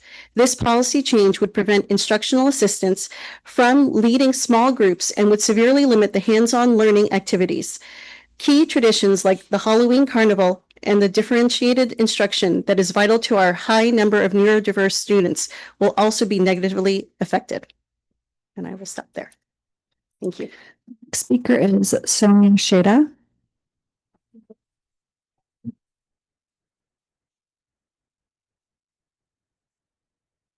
Hi, my name is Sonia Cheda. I am a second grade teacher at McAuliffe as well as a former parent of 3 McAuliffe graduates. I'm going to continue the letter that Christine was reading.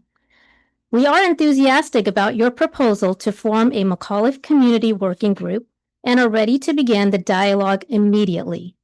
To address these challenges and ensure legal compliance while preserving the essential character of our school's program, we respectfully propose the following solutions for consideration and discussion within the working group. Number 1, clarify and align the IA policy. Reevaluate and amend the board policy and administrative regulation 4222 to align with flexible supervision language in the California Education Code 45343. Number 2, phased implementation. Temporarily pause this new policy for this entire school year to allow time for a feasible, collaborative, long-term plan. Number 3, establish a memorandum of understanding for McAuliffe to continue our current programs to preserve our model. Number 4, explore mitigation tools, investigate the use of parental liability waivers for certain activities. Number 5, partner with and learn from other districts. Partner with and learn from districts who have found legal ways to meet the Ed Code with a less restrictive interpretation. Thank you. The next speaker is Jenna Westling. The next speaker is Jenna Westling.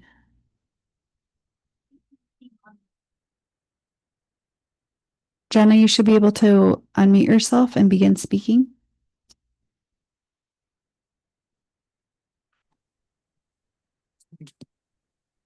Hi, can you hear me? Yes, we can. Okay, thank you so much. My name is Jenna Westling. I am a 6th and 7th grade teacher at McAuliffe. As a progressive model school, McAuliffe is dedicated to preparing our emotionally grounded students for the future by teaching them to become inclusive collaborators, thoughtful communicators, critical thinkers, resilient learners, global contributors, and inspired creators, all core competencies of the district's Portrait of a Learner. Our hands-on integrated project-based learning model, which is made possible by our current supervision practices, is instrumental in achieving these outcomes. Our staff is prepared to dive into a productive conversation, and we look forward to our first listening session, which will kick off the planning process. We also invite each of you to spend time at our school to understand the depth of our program and the importance of the role of our IAs and parent volunteers. We are hopeful that together we can develop a feasible, long-term plan that supports both legal compliance and the core principles of our school's program. Over the decades of McAuliffe's existence as an alternative program focused on the whole child, teachers, staff, and parents have developed, modified, refined, and improved integrated project-based learning opportunities for our students. These examples exemplify portrait of a learner competencies as they integrate academic and developmentally appropriate learning opportunities for our students. They also reflect our school's commitment to each of the PLL core competencies. Thank you. The next speaker is Christina Olson.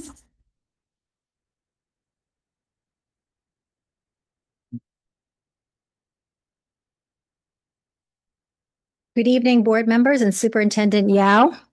Thank you for this opportunity to speak. My name is Chris Olson, and I'm president of the Kristen McAuliffe Parent Faculty Group.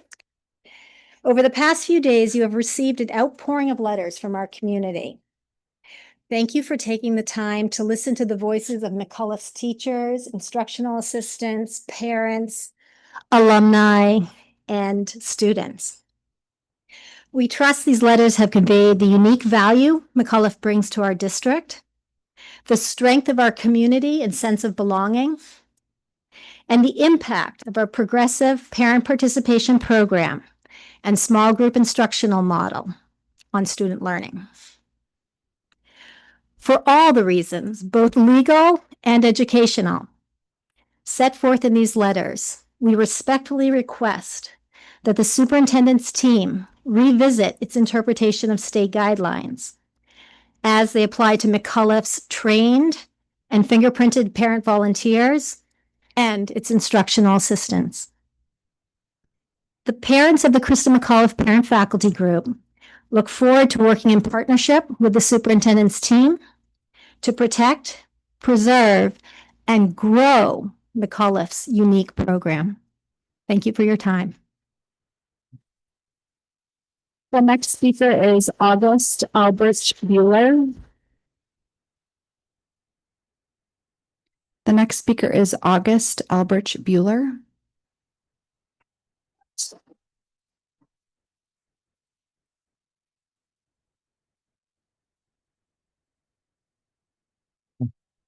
Welcome. Hi, my name is August Albrecht Bueller, and I am a 7th grader at McAuliffe Middle School. Throughout my time at McAuliffe, I've learned a lot from my experiences with IA's teachers and parents. In every activity at school, like lit groups, math, and electives, no matter if it was a parent, IA, or teacher leading the activity, it felt like a free creative learning space for me. Parent and IA facilitated activities allowed me to go deeper into subjects I was passionate about, and there are many clubs that are teacher-sponsored, basically, and led by a parent, and that work calmly, allowing students like me to explore different topics. Those clubs, like Green Team, have been able to make amazing positive impacts on students and the school. At the beginning of last year, I had a hard time adjusting to middle school, but the IA really helped me through it by being willing to listen to me talk about how I was feeling, allowing me to feel a lot better and more comfortable in middle school. In conclusion, I want to thank the CUSD board and executive team for your willingness to collaborate with our parents, teachers, and staff. Thank you. Thank you. The next speaker is Katie Bruner Post.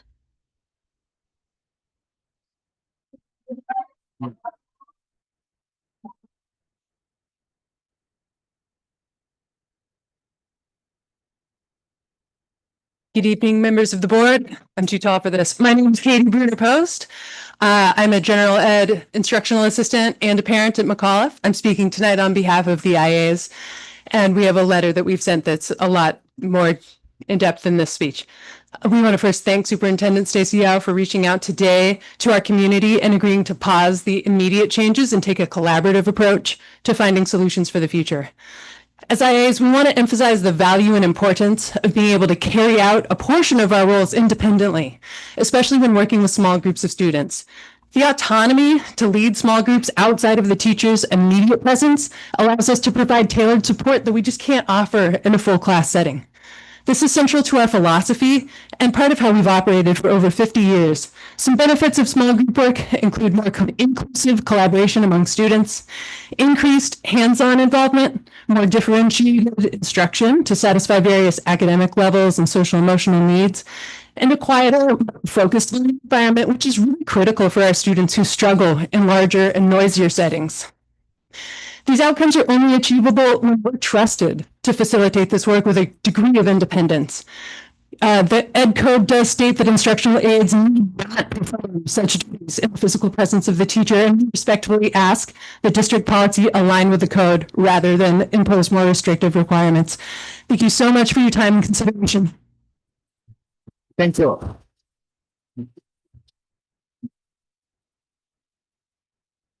The next speaker is Shally Lynn.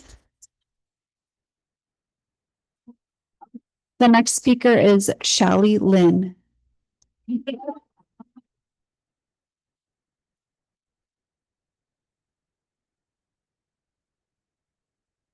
Good evening. My name is Shally Lynn, and I'm a Gen Ed IA at McAuliffe. I am also representing our IAs tonight. In addition to what Katie mentioned, we wanted to share one of the important ways we currently work under our teachers that would be impacted by the original memo. We regularly facilitate conflict resolutions between students. These conversations are most effective when they occur away from the classroom. Sometimes students are very emotional at the start of the process. These students are more present, sincere, and willing to problem solve when they can speak to their peers privately. Through this process, students practice how to communicate effectively with active listening, perspective taking, and problem solving. They also receive our support to process those big, hard emotions so that they can be ready to rejoin their class and get back to learning. We shared several other stories in our letter to you. Altogether, they give a glimpse of how McAuliffe students flourish from our contributions and flexibility to work with them wherever they need, which can take us out of direct contact with our teacher and the classroom.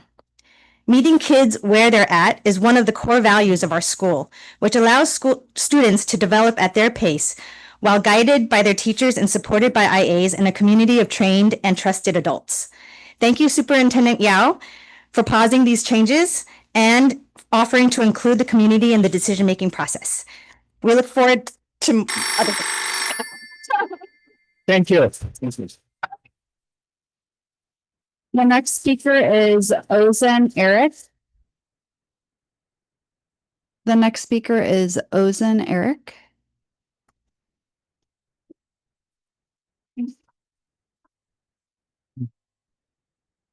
Hello, my name is Ozan and I am the parent of a kindergartner at McAuliffe. The reason we choose McAuliffe instead of our neighborhood school is not because our local school is bad or lower in quality. It was because we worried that they might not have the resources to support our child, who is very shy and an English learner. Last year in TK, he didn't speak a single word of English the entire year. His teacher and IA were wonderful, but with so many students and so much things to do, they couldn't always give him individual attention. That's where the volunteers stepped in. On the days when he felt left out on the playground, a volunteer made sure he wasn't alone. When he wanted to share his drawings but could only point and gesture, a volunteer patiently took the time to engage with him. Because of this consistent support system, he feels much safer, heard, and more confident. Though small, he has started to talk in his second year at McAuliffe, and I am 100% sure this is the result of a supportive community. That is why I am concerned that this new policy, while well-intentioned, could unintentionally take away the very support system that made my son's progress possible. I am hopeful that we will work together to improve the community at McAuliffe. Thank you. Thank you.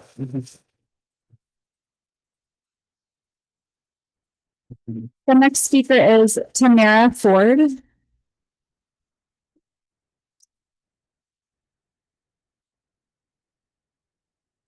Good evening, board members and Superintendent Yao. I'm a parent of 3 McAuliffe students. Our family has experienced firsthand how enriching the school environment is, where students are encouraged to be curious, joyful, collaborative, and real-world problem solvers. Thank you for listening to our concerns from the community and for pausing implementation of the 10th of September memo. That decision gives us a valuable opportunity, not just to clarify policy, but to strengthen how we work together. As we move forward, I hope we can create clear, practical guidance that respects the expertise of educators, that supports the programs that make McAuliffe so effective, like small group instruction, electives, and meaningful parent involvement. Thank you again for your commitment to getting this right and for modeling the collaboration and communication we ask of our students with Portrait of a Learner. Thank you. The next speaker is Samuel Rapalj.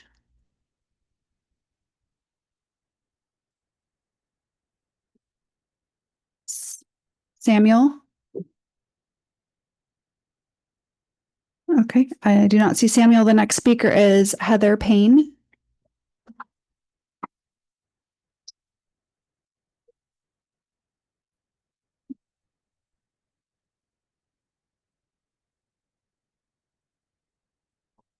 Need my glasses.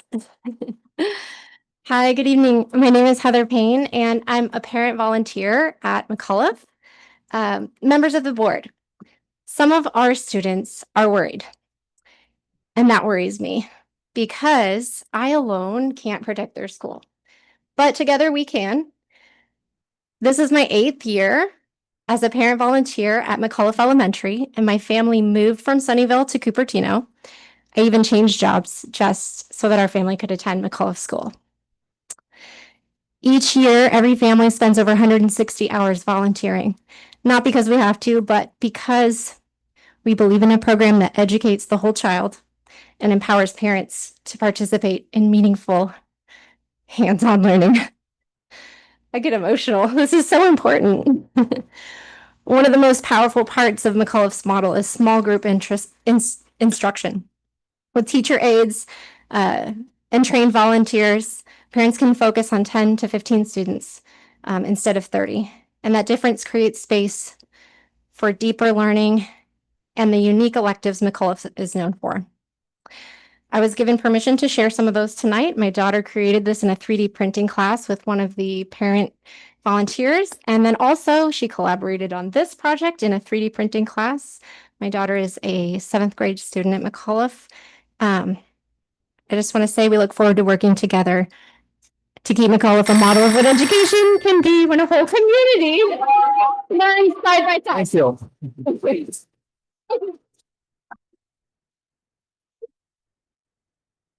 The next speaker is Tanya Rooney.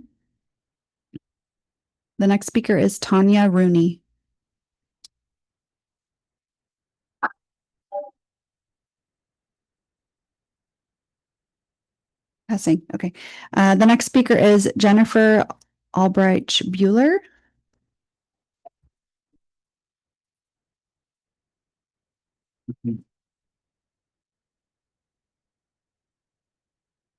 Hello. I'm a parent volunteer with 2 children at Kristen McAuliffe School. One of my jobs there is as a facilitator of the 18-hour aid training course required of all parent volunteers at our school. This course gives our community a common language to work with our teachers and IAs in the classroom. I've seen the benefits of this common language both in and outside the classroom. New students are included in the class culture quickly. Students are helpers and support each other with encouragement. Parents support the whole classroom. McAuliffe is a strong alternative to a traditional school environment and a place where children thrive. From TK to 8th grade, parents support teachers and IAs by modeling the behavior we want our children to learn. We are guiding our students to be inclusive collaborators and global contributors by teaching them how to think creatively, problem solve, and help each other in their community. Through small group instruction like LIT groups, parents help students as early as 3rd grade learn to think critically, effectively, communicate their ideas, and by 5th and 8th grade, facilitate their own lit discussions. Lastly, we teach conflict resolution skills so parents, teachers, and IAs can moderate disagreements between students. These conflict resolutions happen from TK to 8th grade and model for the students social emotional skills like perspective taking, self-regulation, self-advocacy, and collaboration. Thank you to the CUSD board and executive team for your willingness to collaborate with us. Thank you. That concludes 20 minutes. Okay. All right, that concludes our public comment section at this point. We'll return to public comments. Let's see, we're on section G right now, the agenda. We'll come back at section K. So a couple of more items here. With that, then moving on to information. The first is a presentation on the district's financial stabilization plan. Thank you. So I'm going to invite Fiscal Director Tina Burnell up to the podium. She and I are going to kind of team tag on this one. I'll kick us off and just wanted to make sure I preface as we bring back this fiscal stabilization plan. What you're seeing tonight is nothing new to you. It actually is recapturing the conversation that we had at budget adoption in June. When you adopted the multi-year, we actually provided a stabilization plan addressing some of those serious concerns where our reserve, that we were deficit spending. And so we wanted to bring that back, to raise that back up to your attention, because over the course of the next several board meetings, we're going to be bringing back stabilization plan that is above and beyond what we're sharing tonight. So this was presented in June to help us show where we were in our multi-year, but we know that we have a lot more work to do with it. So part of when we look at a stabilization plan, what we're looking at, if we can go to the next slide, we have four pieces that we really want to be able to address with our stabilization plan. One, we want to eliminate our deficit spending. And as you recall from our multi-year and the budget presentations that we've given, we are deficit spending. Our revenue does not equal what our expenditures are. We began addressing that last year. We are again addressing it this year, but we also will need to continue, because our plan would be, and our hope when we bring back the full stabilization plan, is that we're no longer deficit spending in 26-27. So again, this stabilization that we're sharing tonight is just an overview of where we are, not necessarily addressing or changing anything. Those will come at a later time. The other one is with our stabilization plan, we want to increase the reserve. Right now, our reserve is below 6%. And 6% had been okay when we were in LCFF. That had been our board goal, that we wanted to be at 6%. But as we've shifted into the basic aid, we do know that we need to increase that reserve. The board policy actually calls out for it to be at 10%. And that really is because when you're in a basic aid, there can be fluctuations in property tax. There can be sudden changes in state funding, and there can also be enrollment changes. So when we increase in enrollment now, there's no additional money coming in. And so it's really important to build up that reserve as we go through.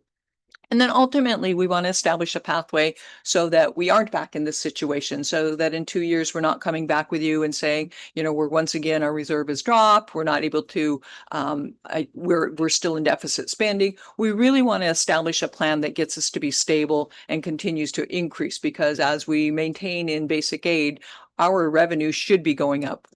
Our task is really to attack that expenditures.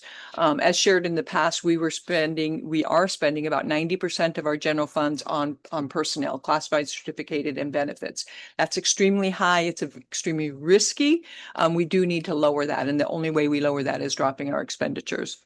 And then the last one through all of the stabilization plan, because I think oftentimes people see a budget stabilization as always, it feels like we're losing something and we're taking away and we're reducing and we're changing our programs and taking away. But it really is also an opportunity to value and recognize our employees that have been with the district, our employees that are near that retirement, that are maybe wavering, should I retire, should I not retire? Most of those employees tend to be higher on the salary schedule. And so by offering an early retirement, it is an incentive that maybe it pushes them to make that final decision. If they weren't sure at the time, maybe this will help determine it. But ultimately, it's also a cost savings for the district, because one, whether we fill those positions, if we don't, then there's absolutely a cost savings. If we do fill that position, they tend to be somebody coming in lower on the salary schedule. But again, it's also a way to just recognize the employees that have dedicated their time to us and wish them well with a little incentive to go into that next chapter of happy retirement. So that's really what we're focusing on with the stabilization plan. Tina's going to walk us through highlighting again the multi-year that we shared in June and just breaking down again, I think the three components that are so important and you'll hear resonated again and again as we have these conversations is our revenues, our expenditures, and our reserves. Perfect. Thank you, Stacy. Good evening to the board. Good evening, executive cabinet and dear community. We appreciate you taking the time to just revisit our stabilization plan. So this multi-year projection that you see in your presentation tonight is the exact same multi-year projection that was presented to you, as Stacy mentioned, back in June when we presented the adopted budget. So we have currently removed 25-26 off of that multi-year projection. That's the year that we're in right now. We've removed that just for simplification purposes. And what we're really trying to focus in on now is the next 4 years. So 2026 through 2030. So everything that you see on this multi-year projection is exactly what was presented back in June. 26-27, our overall revenues and expenditures, as Stacy mentioned, had a deficit spend of about 1.8 million. And we're planning ending with a reserve balance of about 4.23%, which is well below, as Stacy mentioned, the board recommended reserve level. So this is just to recap what we had presented to you back in June. There's no changes, no new information. This is exactly the same. So what we're going to draw down on a little bit is the highlighted numbers. So this is directly taken from the MYP. So for the year 26-27, we have budgeted $244 million in revenue and $246 million in expenditures. So that was a deficit spend of $1.8 million. We did also include within that changes of $4 million. So we had mentioned to you that we were going to plan some projected cost savings of $4 million. That's already included. Those $4 million are already included in those expenditures that you see there. So even with that, we still had the deficit spend in 26-27 in our multi-year plan. Then for 27-28, just to recap, it's not working.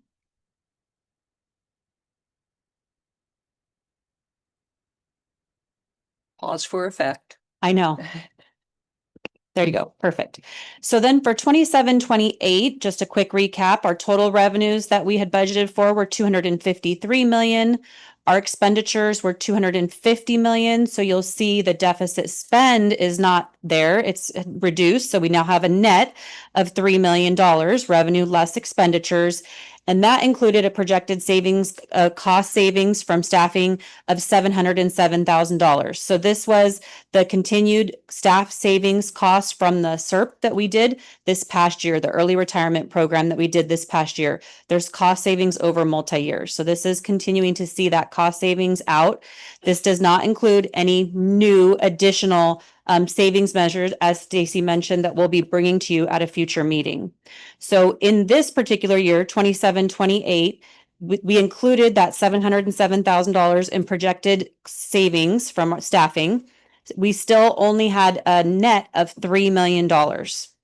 So what our concern is the deficit spend and the impact on the reserve is not having as much of an impact as we would like it to. So in 26-27, the deficit spend, as I mentioned, was 1.8 million. That left us with a net of $10 million, which was a reserve of 4.23%. As Stacy mentioned, our goal is to be at 10%, which would be over doubling that net of a reserve of over $20 million. And so you can see the tremendous work that we have to do. In 27-28, the net was $3 million. So we did reduce our deficit spending. So we are netting again. But you can see the difference is only, a little bit over $3 million. So our reserve only moved a little tiny bit, up to 5.28%. So what we're looking at right now is trying to make a decision and making decisions on moving forward for future years. And that's what's going to be presented to you over the next couple of years, next couple of meetings, sorry. So this is just kind of an overview, again, keeping in mind when we presented the multi-year that we had already identified that we were going to do about 4 million in reductions in 26-27. The reserve at that point still was not at the 6%. So what we're looking at is there's only two ways. We either have to increase our revenues or we need to decrease our expenditures or some combination of the two. And so we're going to, over the course of the next weeks, bring both of those. We're going to provide some information on possible revenue enrichments that we have that can increase what our revenue is. We're also going to bring forward some system changes. And so when I say system changes, in the past when we've done reductions, We've identified certain positions that we believe have the least impact, that we can still provide that learning environment to students. But what happens, those are very isolated. A lot of the services, a lot of the programs still need to be done. The work falls onto another's. We're really trying to identify some of the larger systems that we may need to change. Maybe they're not running as efficiently. Maybe they're just something that we shouldn't be offering or don't need to offer at this time that can ultimately will result in some reductions, but it'll be a much larger amount of savings instead of trying to identify these smaller ones, because it's very hard just to identify staffing to reach the dollar amount that we really want to. And then also with the early retirement, we will be bringing back some information on that. We were able to offer it last year. One of our goals is this year is, last year we went down to age 60. This year we're looking at trying to go down to age 55 to scoop in another group of employees, which we hate to lose, but we also want to wish them happiness into their retirement. And so we'll share all of those different components, and it will come to you as some of the choices, because we're all going to have to make those difficult choices. So when we identify some of the systems, you're going to have different levels, different options within that system. If you want a very large saving, this is what the option would be, is if you're just looking for a small savings. So all of that's going to come forward over the next couple of weeks. And so we did put together a timeline, because I know the question has been when and what does this look like? So tonight, again, we're just laying the groundwork, nothing new to share tonight, laying the groundwork, reviewing, refreshing what we're talking about. Next meeting, we're going to be beginning, bringing back and start focusing on some of the revenue. So we're going to share information on potential revenues. We'll also share about the potential cost savings of retirement. So we'll have more information on that. And then October 30th will really be our big working day. It's our board advance. We will spend 8 hours going through a variety of different system changes, reductions, areas that we can focus on. And again, as a board, we will be asking you to weigh in on each of those. Where would you like us to move forward so that we can get a total amount? It will be, we're targeting 8 million. You have all these choices. How do we get to that 8 million? And many of the systems, we really are looking at what has the least impact to students, because again, we're on a journey right now with our Portrait of a Learner, and we're doing some exciting and some amazing work with our students, and we're seeing the results already. We don't want to deter from that, but maybe there are some of those things that we can let go of now so that we focus on our journey. We'll continue that discussion then in our November meeting, excuse me, and then hopefully in December, as we are bringing you the first interim, we've made some of those decisions so we can incorporate them into the first interim, so you can start to see where that's going to happen, and seeing our reserve increase and continue. Our goal would be we're out of deficit spending in 26, 27, but we continue to increase and make that gap even larger. So that's where we wanted to lay that foundation for tonight. That concludes our presentation. All right, thank you. So I'm going to go ahead and bring it back to the board. As a reminder to my colleagues, this is an information item. So clarification questions, please. Who went first? I think you went first. Right? I went first. So, Thanks. but I think I don't have much, but I just want to ask one question. So we can anticipate changes in this multi-year projection, MYP. There would be based on the changes, whatever you're suggesting or whatever you're thinking of, right? So based on that, I think this MYP could change a little bit. Means like even the reserve and other things could be changed. That would be that's our intent, because if we do nothing, we just stay with what we projected in the multi-year, we identify about $4 million, we would still end in 26, 27 with a 4.23 reserve. We wouldn't be increasing that. So we're going to bring back an additional amount of reductions or revenue. Okay. So do we have some target on that? We're looking at about 8 million, and that would be a combination of either reductions and savings and revenue enhancements. So somehow we want to move the budget to $8 million in addition. Okay. Thank you very much. All right, thanks, Sylvia. So just to piggyback on that one, so with the 8 million, so if we're able to get to that 8 million in revenue and savings, where would that hypothetically bring us? So we would be very close to the 6% reserve at the end of the 26, 27 school year, Okay. which then would result in 27, 28 continuing. So we would reach our goal much faster. I see. So basically the goal is to get us to the board approved 6% Yes. by 26, 27. And then the domino of that would be, do you happen to know what the domino of that would be for the rest of the multi-year? I don't, but as you can see, prior to making any changes in 2930, we hit 10% and had an additional net of $12 million unassigned. So if we were to add $8 million as early as 26, 27, you would basically speed up that process. I don't know the exact numbers off the top of my head, but we would definitely probably hit it 28, 29, no problem. And then 27, 28, I need to look at the numbers a little bit more closely, but I think it would bump us up at least a year, if not more. Okay. All right. Thank you. That's my only question. All right, great. Long, please go ahead. Okay, yeah, continue this question. Say, in October 9th, you are going to have information about the revenue and the potential cost savings. And so those will say if we fortunate enough to get those revenue and cost savings, say our multi-year projection will change based on those new numbers, right? Correct. So the challenge for us right now is that we are close to maximizing our current leases. And so our revenue enhancements, we really are having to look outside what we're already doing because we are tapped. We have one more of our schools that we have the possibility to lease. But other than that, we are limited on what our revenue is. And so I wish I could come back and say that this year we have a proposal that generates enough revenue that we don't have to do any reductions, but that's not the reality. It's going to be a combination of revenue enrichment and some of those cost reductions, a lot of cost reductions. And then just to add on to that, we would revise the multi-year projection and you would receive a new updated multi-year projection in December when we present to you the first interim. You would get a revised multi-year that would reflect whatever changes are decided upon. All right, thank you. All right, thanks. Ava, please go ahead. Oh, okay. All right. I guess if I really like how there's a proposed deadline and that we're gonna be able to see some of the changes that are happening. Hopefully, nicely surprised. So is this proposed changes gonna go by the Budget Advisory Committee before it goes to the Board of Advance? So we're not sure on timing with it, but we do want to bring back the budget advisory to get some input on them as well.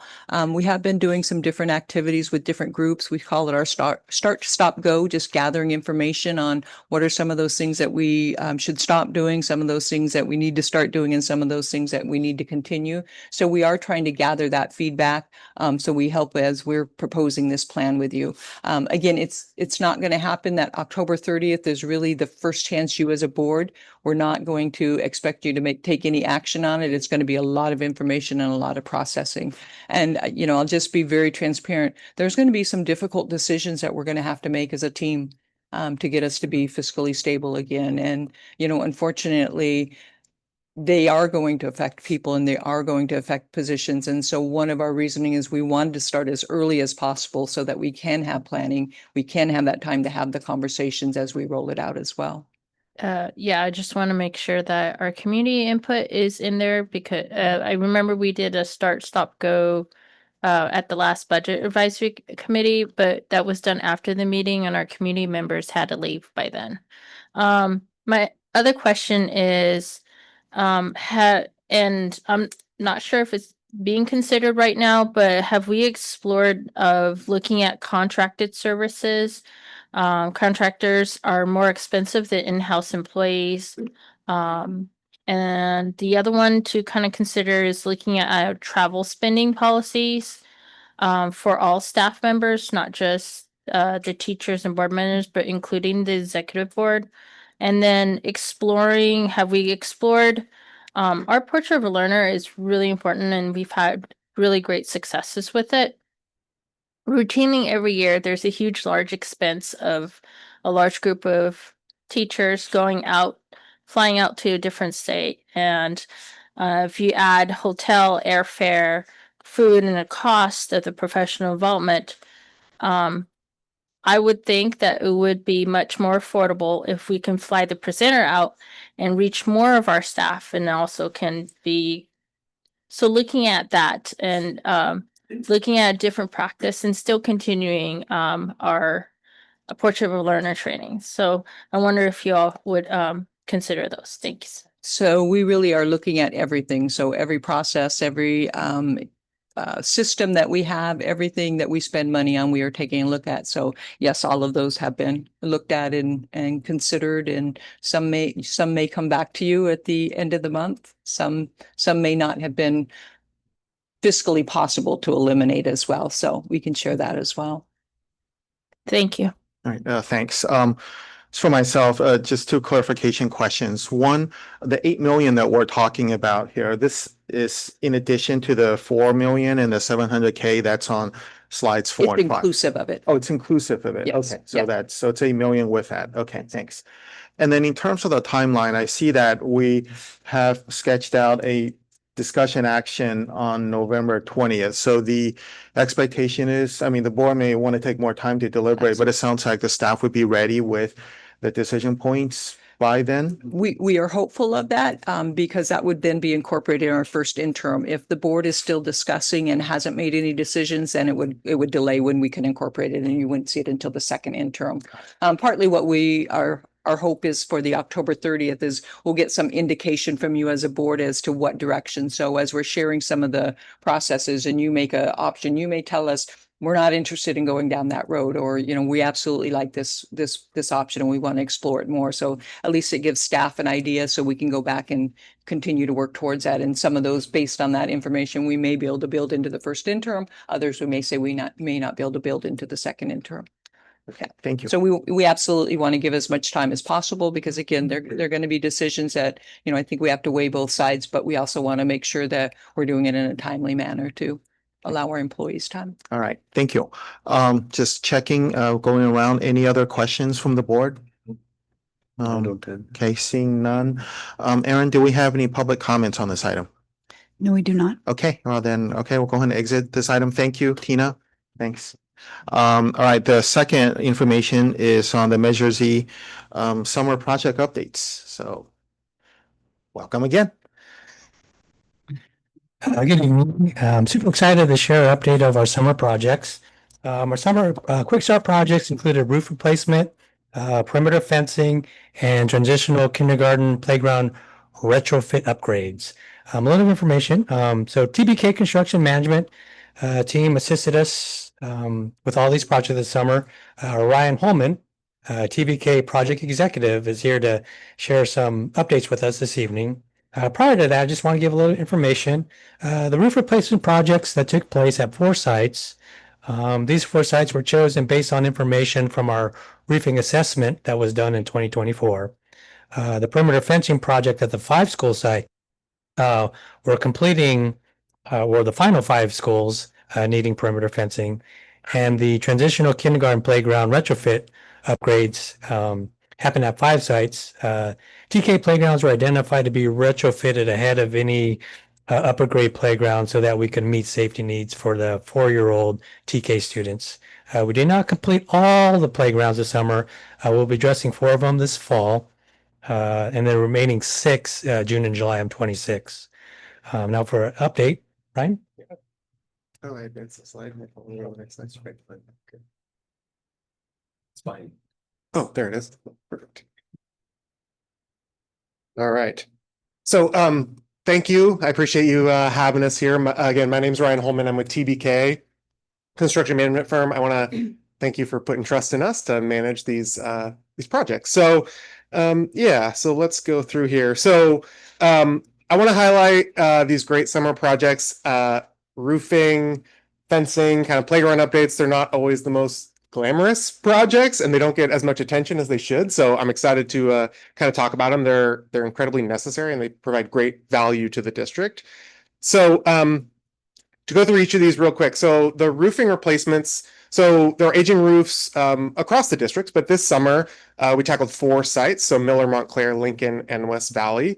And so these projects had a lot of work to them. There's also, as always, some unforeseen conditions when you get into construction. When you take the roof off, you find plywood that needs to be replaced. You find kind of other things. So there were quite a few challenges on these projects, and still the team coordinated really well. We pushed hard on the contractor. So even with those delays, you know, school opened Students weren't impacted. We're excited to welcome students back to those 4 sites. These roof replacements are really critical for a couple different reasons. One of which is it just reduces the workload and the burden on the maintenance team, dealing with leaks of roofs that are long past their useful life. Now these roofs are watertight, warranties that are decades long, and the roofing product that can last a lot longer than that. So the other thing it does is add energy efficiency to the building. So new code requires that insulation get added on the rooftop, as well as heat reflective roofs. That's why you can see in the photos there, they're all white. Helps reflect some of the heating load to the building and reduce the workload of the HVAC systems.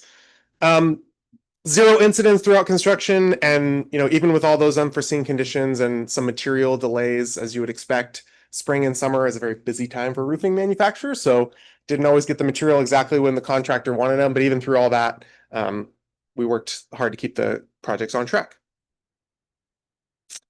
So just briefly touching on some fencing. So new chain link and ornamental fencing along kind of throughout the schools. It enhanced safety and security, replaced some 4-foot fence with 6-foot fencing, new code compliant gates and hardware for emergency exiting. And even again, some unforeseen challenges on this project. There was a licensing issue with the first bid, so the project had to be rebid late in the spring, right before summer.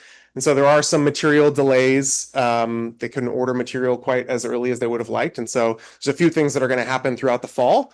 But we're able to work closely with principals, school site to figure out kind of what areas could be worked on, what areas need to be worked on weekends, what could be worked during the school day to try and get as much done as possible. And again, without impacting educational activities. So moving on to play structure. So a few different things here on play structure upgrades, one of which was supporting the TK program. So as you may know, playgrounds are all rated for different ages. And so in order to accommodate the TK program, some heights needed to be lowered, some different apparatuses needed to be added, and then as just aging facilities as well, kind of upgrading and replacing some older facilities. And then I think Todd mentioned even in the earlier presentation about adding umbrellas for shade. And then one thing that we did was had a certified playground safety inspector come out and certify all the playgrounds after we're done. They all passed after some punch list items. And so the district and the board can be confident that those playgrounds are up to code and ready for students. And like Todd mentioned at the beginning, this was phase 1. We know there are more upgrades coming. We're starting to work on those for the fall. So I think kind of to summarize, summer was about tackling some big upgrades, all of which are critical to extending the life of facilities. There were challenges along the way, but as always is with construction, but projects kept moving. Schools opened, students were there unimpacted with some upgrades to their facilities that, even though they're not always visible, people aren't as excited about them. They are really exciting projects. We think they're exciting, at least. The district should be excited about them as well. So just, credit to the district for commitment to their facilities and being able to pass a bond and show some progress this summer. All right. Well, thank you, Todd. Thank you, Ryan, for the update. Let's bring it back here to the board for questions. Satish. Yeah, good one. Thanks a lot. This is a good one.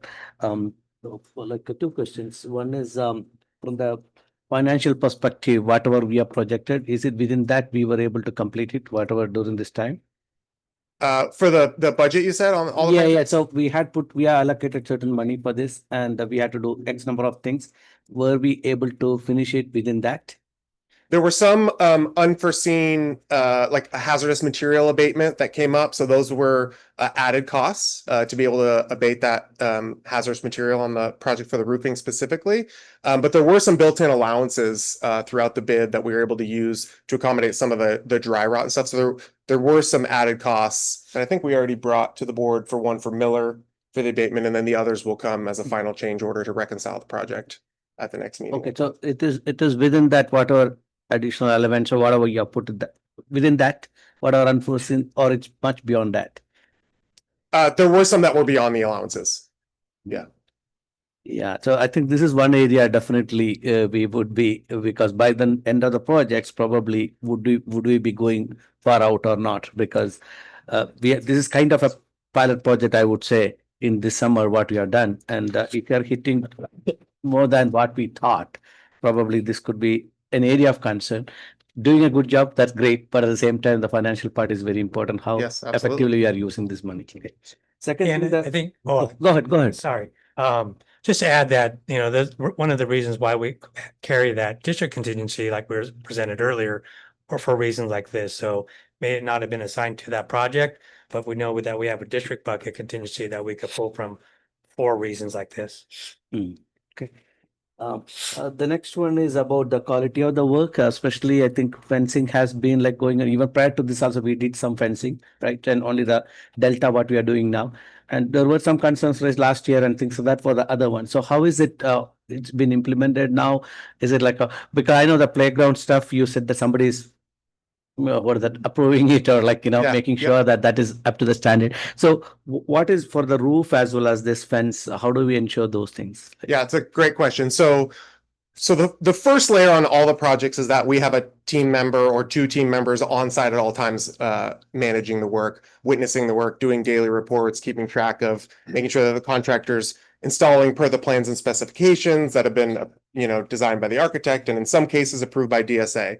But beyond that, there's an inspector of record on some of the projects. The projects that had to go through DSA have an inspector of record who does inspections throughout the process.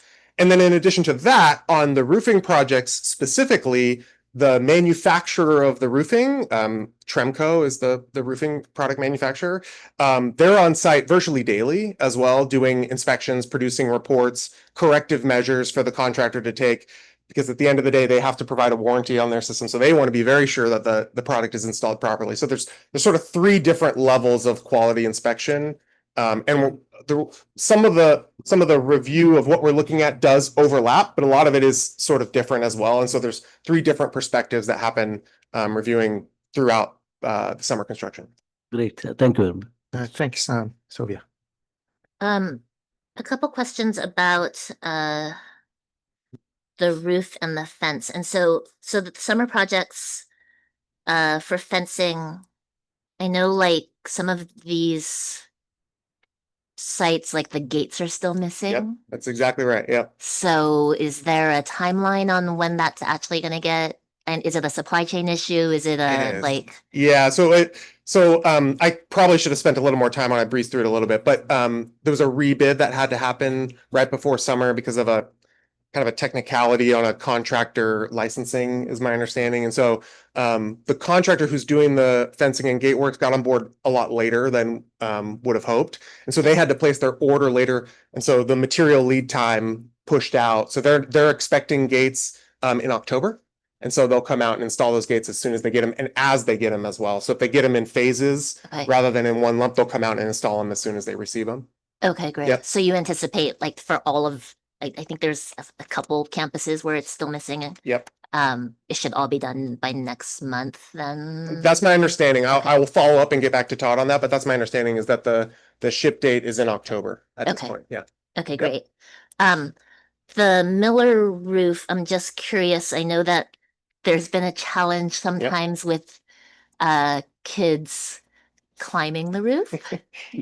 So I'm just, has that been taken into consideration with the design and safety and all that stuff? Yeah, it's something that came up, this summer that there's quite a bit of walking activity on our roofs.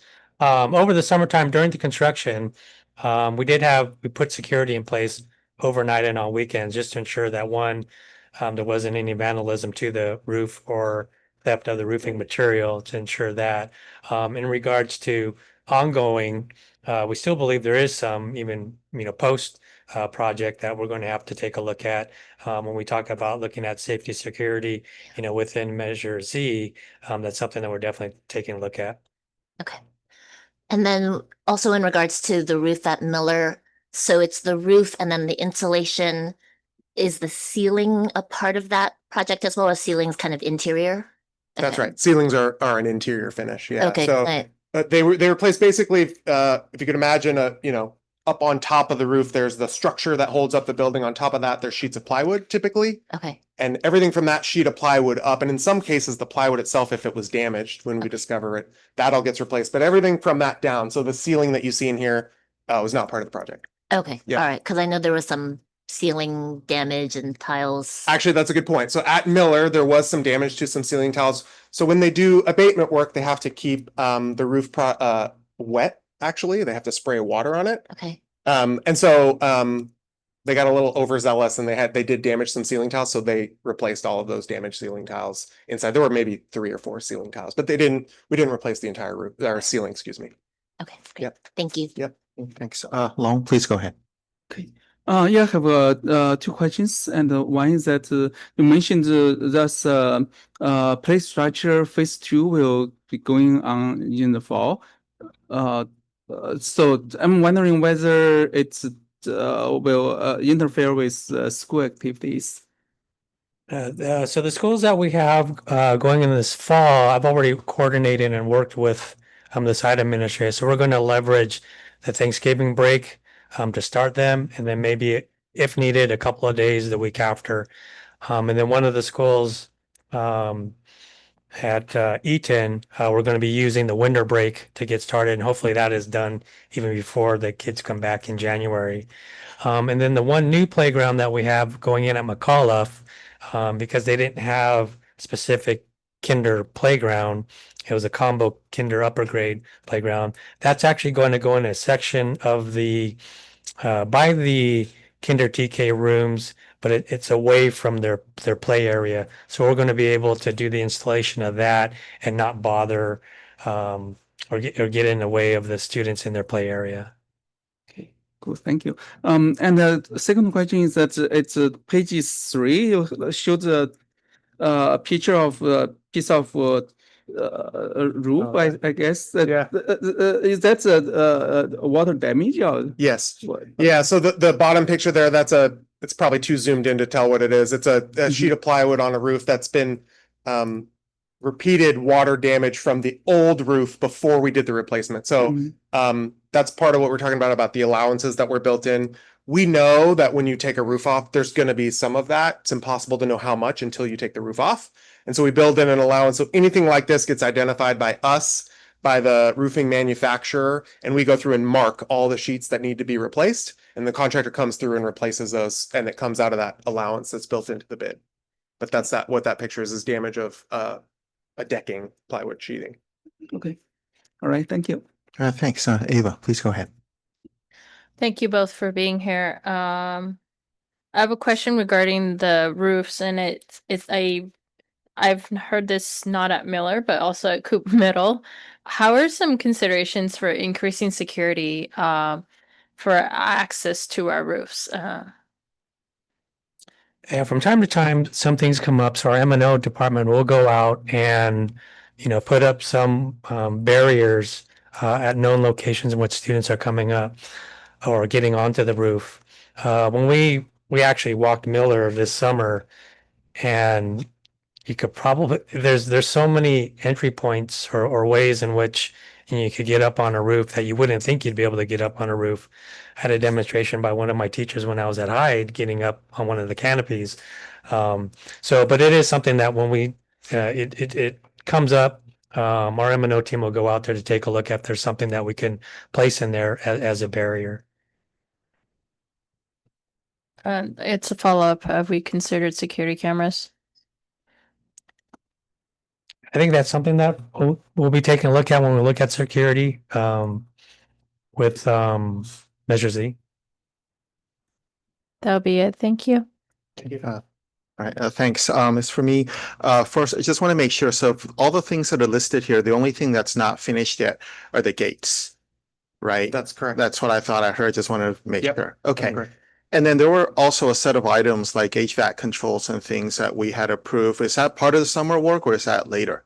It's separate. So that's part of our CalShape ventilation installation. Okay, great. Thank you. I didn't have any other questions. Anything else from the board?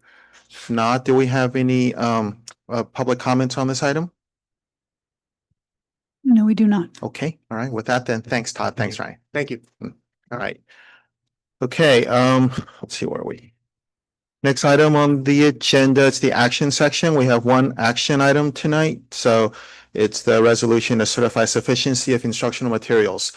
Since it's an action item, could I get a motion, please? I'll go ahead and move Thanks, Ava. action item resolution 25-2606. Thank you. And could I get a second, please? A second. Thanks. Is there a staff intro for this? No, there is. Okay, so yep, usual thing. Do we have any public comments on this item? No, we do not. All right, roll call vote, please. Trustee Zhao, Aye. trustee Chow, Aye. trustee Leon, Aye. trustee Madhato, Aye. trustee Lu. Aye.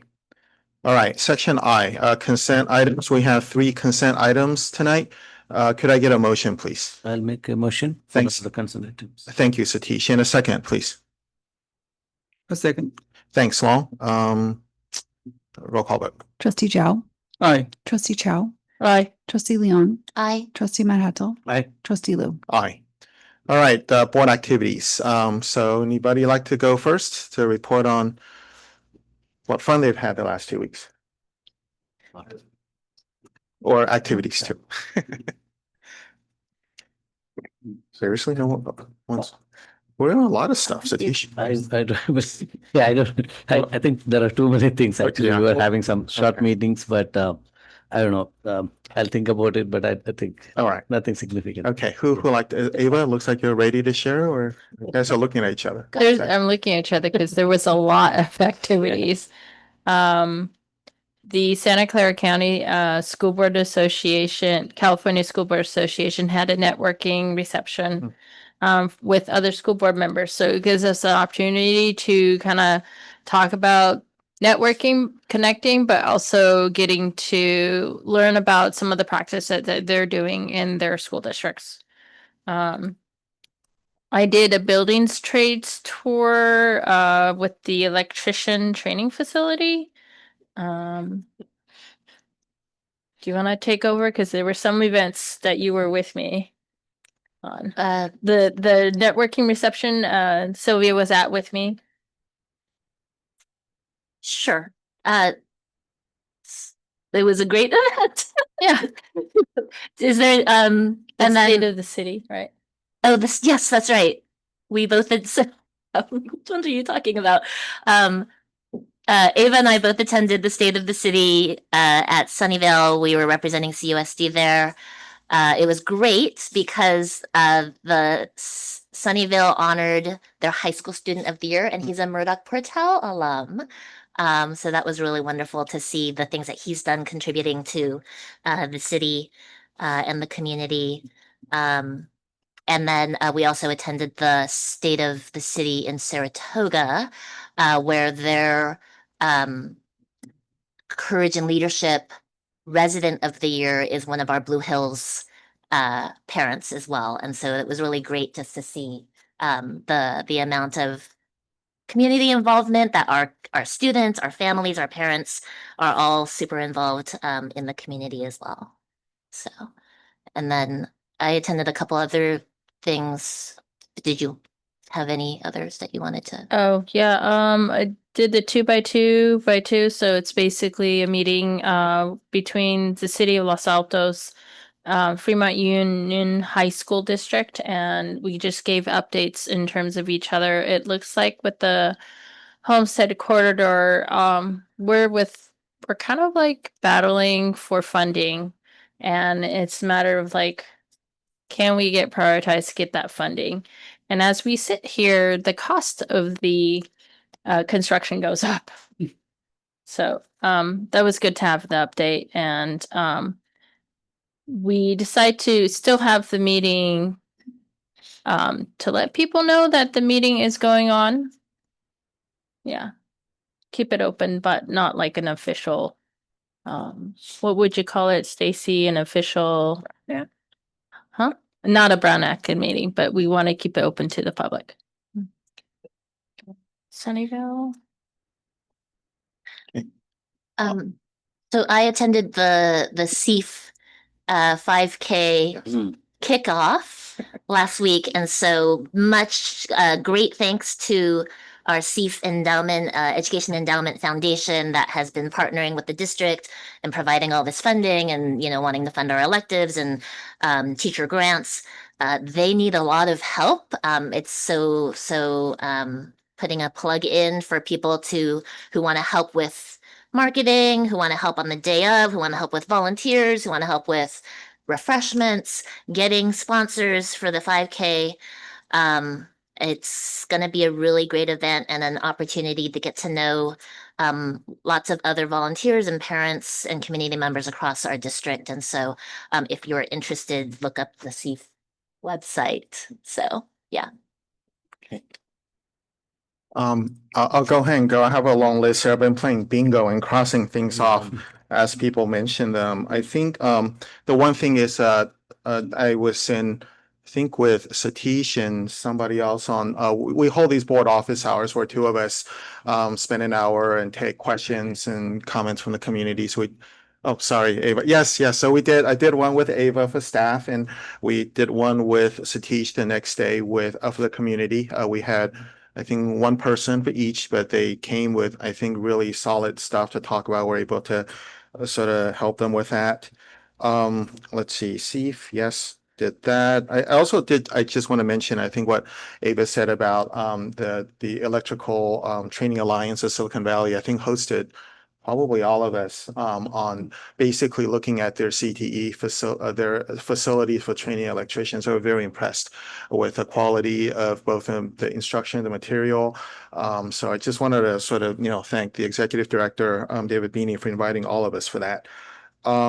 I think maybe two other things. One is, our county board, there's a school board association holds these luncheons, and there was one on, and maybe you want to talk about your event here, but it was on basically in-house students. And one of the things I was surprised by, I didn't know, is that there are 7,500 in-house students in Santa Clara County of some of the school districts, upwards of 8, 9, 10%. So that was, I'll let Sylvia talk about some of the activities she's leading on that, if you want to give it a plug or maybe not. Sure. Well, I serve on the subcommittee for the unhoused students advocacy group with the association, and we are holding a fall convening in November to bring together agency providers and the Office of Supportive Housing in the county, some panels from McKinney-Vento coordinators,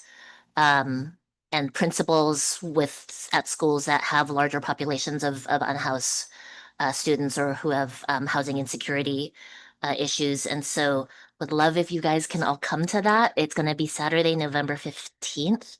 And yeah, I think it's a growing challenge in our county. And one of the issues right now is because we're so siloed, if a student is unhoused and then they leave our district, we don't have a way to track. We don't know what's going on, And so if we're able to work more collaboratively with other districts and with the county and share information to the extent that we are allowed to share information with still keeping privacy, of course.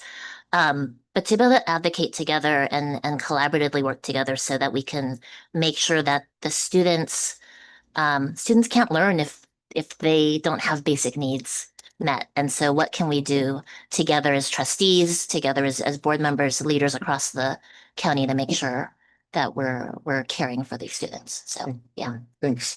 And then just one other thing is the Cupertino Chamber of Commerce is starting these series of talks about space. It's the CEO of the chamber used to be the city manager of the city of Cupertino. She also used to work at NASA, so she has a lot of connections. So they've teed up all these sort of space NASA related talks. Satish and I were at one yesterday, and I just want to call out for that. It was a lot of fun listening to a literal rocket scientist talk about space and mission to Mars and all that. So.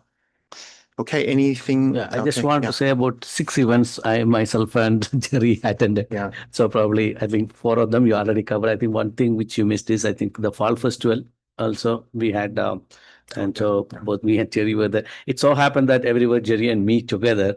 It's not that intentional though. Yes. It's up that way. Okay, great. And then Superintendent Yao, you're good? Nothing more to add. Excellent. Okay.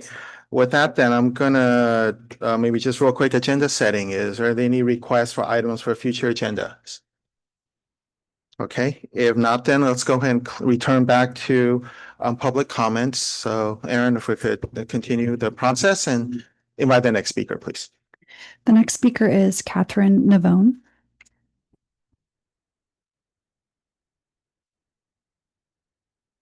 Yes. Yeah.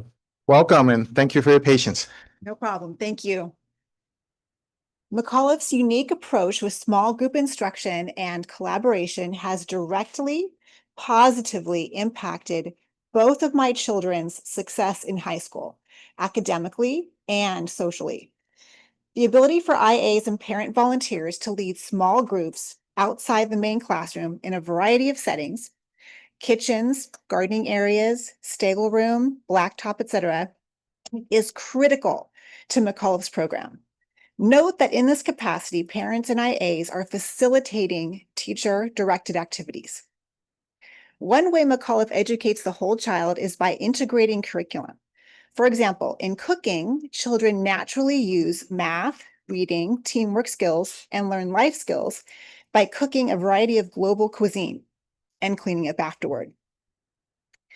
Active parent volunteering and IAs are key to also supporting the diverse needs of classrooms. Please don't forget, McAuliffe has a higher percentage of kids with IEPs, 504s, and overall big behaviors.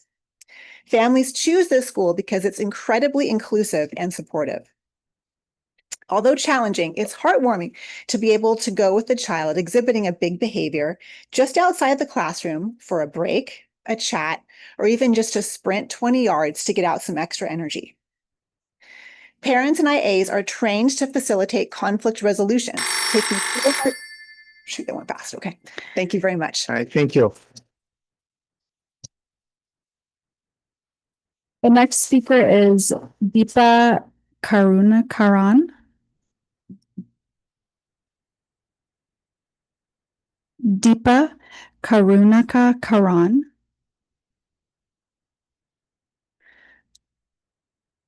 The next speaker is Lan Ross.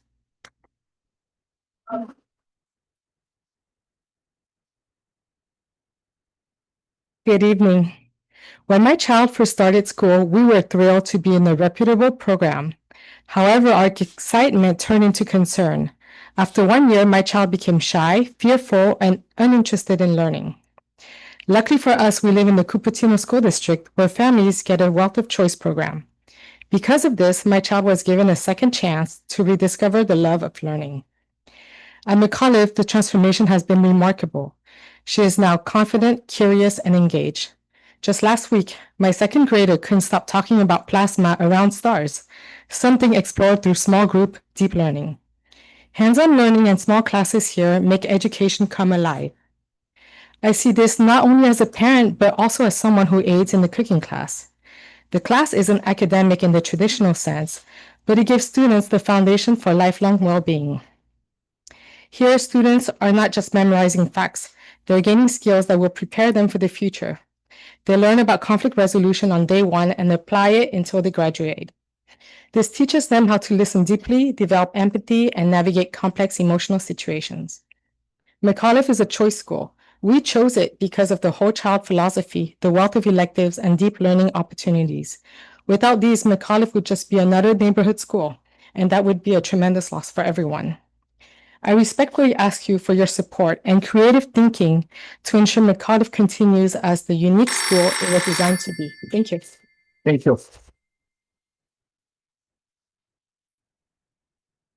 the next speaker is Bar Mizrahi Yuchatmin.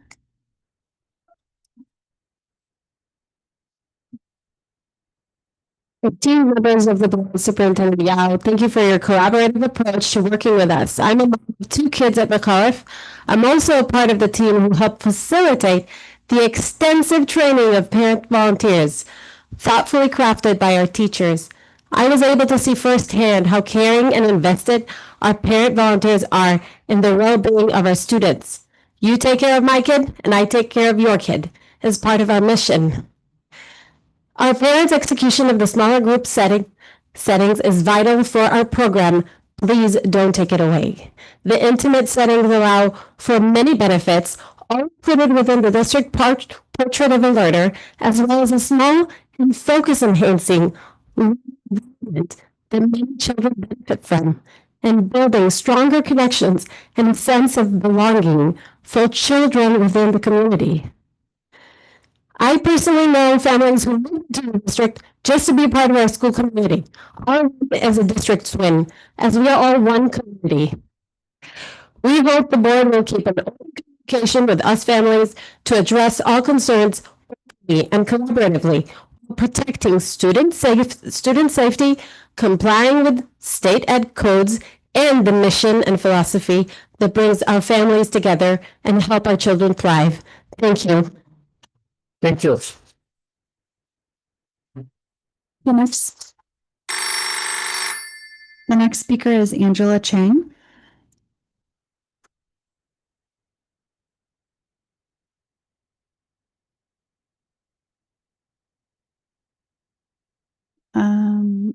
Wait, excuse me, there's a hand raised.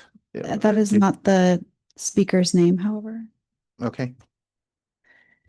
The next speaker is Rami Sadowski. Rami, if you're joining virtually, please raise your hand.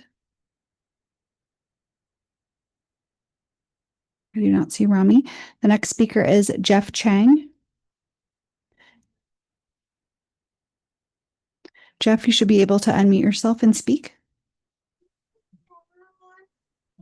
Good evening. I'm the father of a first grader and former kindergartner at McCullough. My family's experience at McCullough has been transformative for my daughter and our community.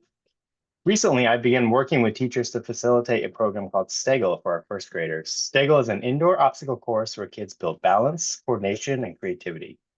They work together to develop new ways of moving like crab walks and snake slithers, all in a safe environment. But Stegel only works with small groups, guided by the teacher's binder of activities and regular meetings with us. If the new requirement that the teacher must see and hear every IA and volunteer at all times is enforced, Stegel and countless tried and true programs would simply disappear.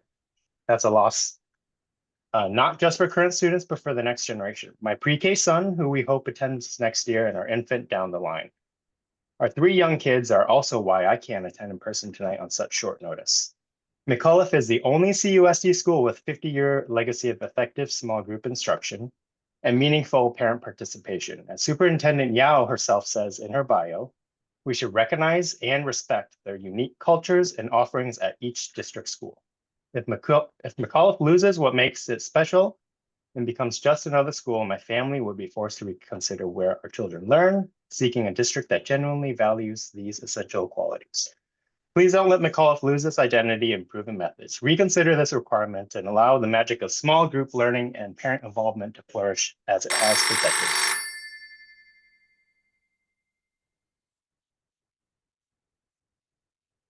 The next speaker is Eric Vladimir Ortega Gonzalez.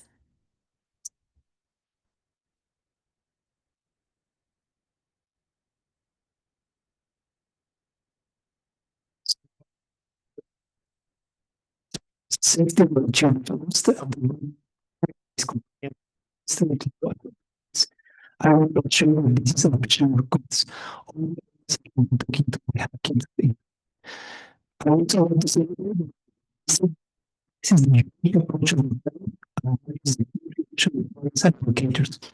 It takes courage to change the direction and to recommend the district and suspend the directive and show the ways to constructively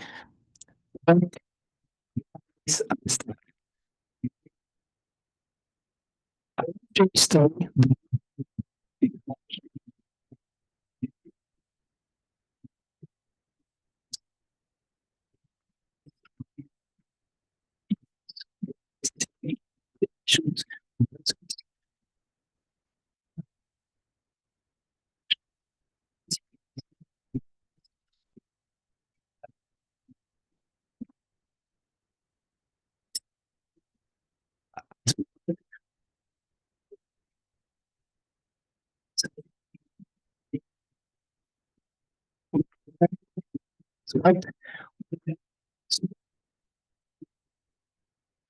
Succeeded because we started doing decisions correctly.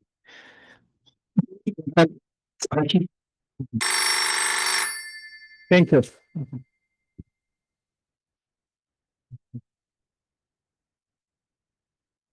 The next speaker is Meena Sriram.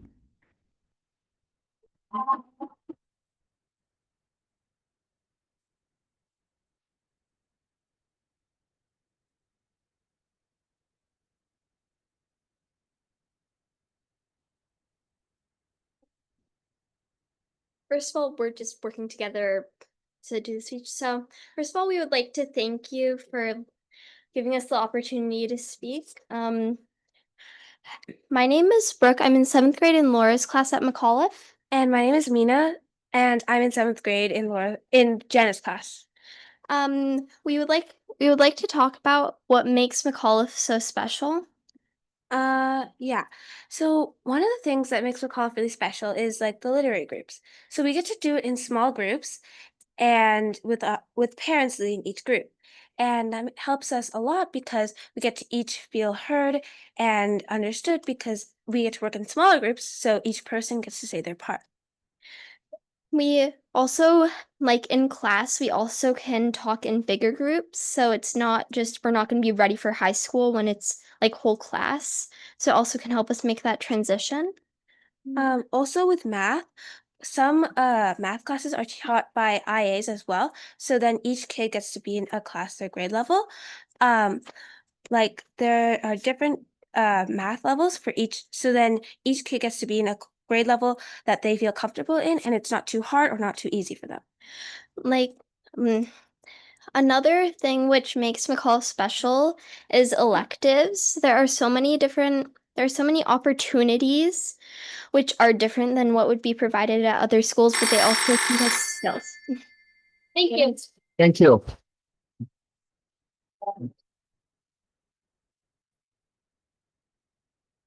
The next speaker is Edith Katz-Nelson Elon.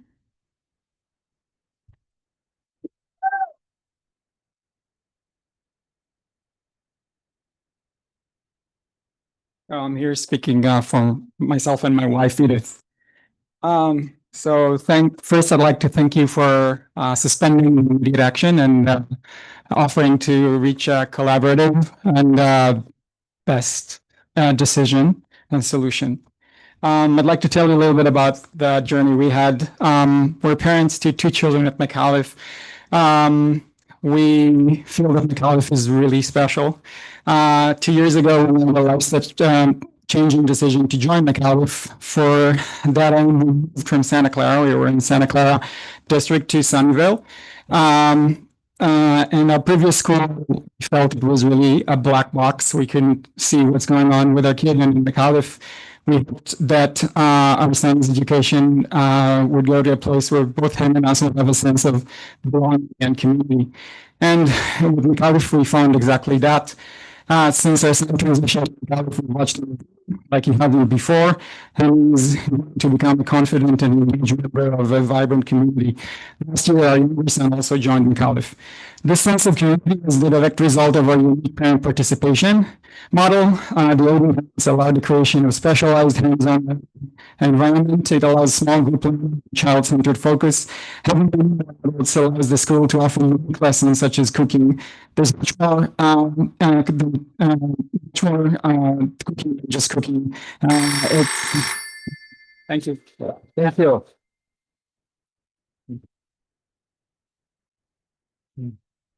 The next speaker is Amanda Morris.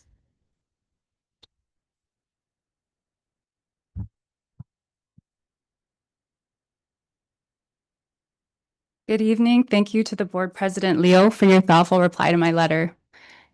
My name is Amanda Morris. I'm a parent of a first grader, a kindergarten alum, a garden class volunteer, a physician anesthesiologist turned medical writer for continuing medical education.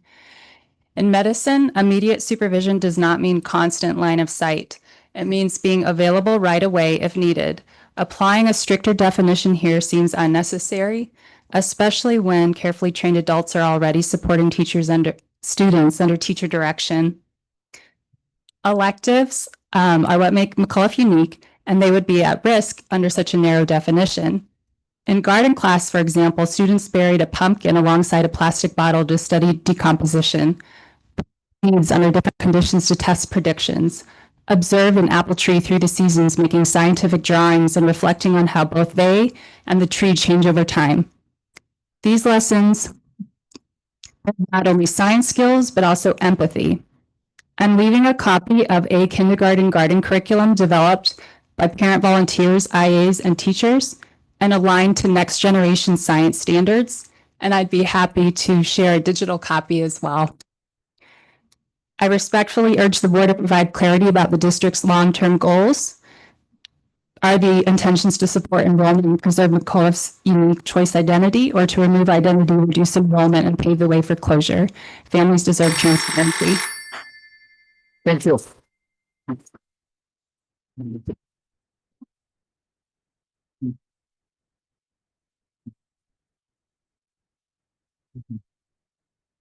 The next speaker is Lisa Warren. Lisa, if you're joining virtually, please raise your hand.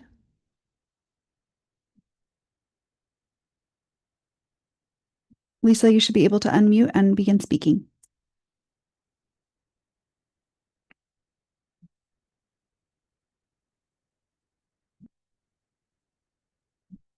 Can you hear me? Yes, we can. Okay, great.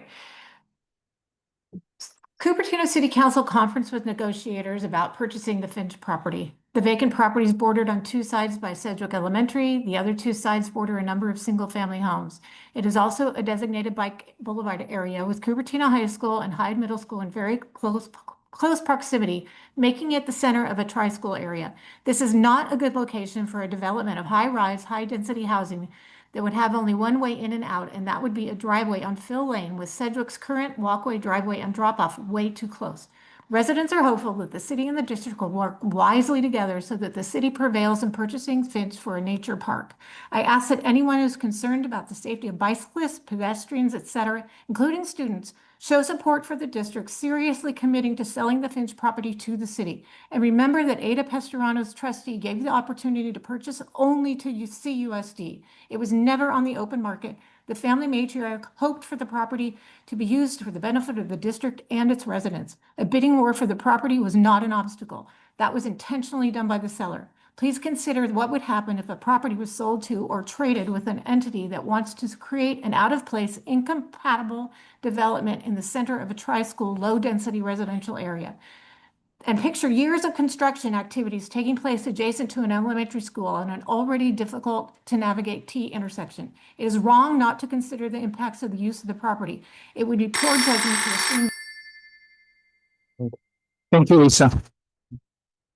The next speaker is Susan Wilson.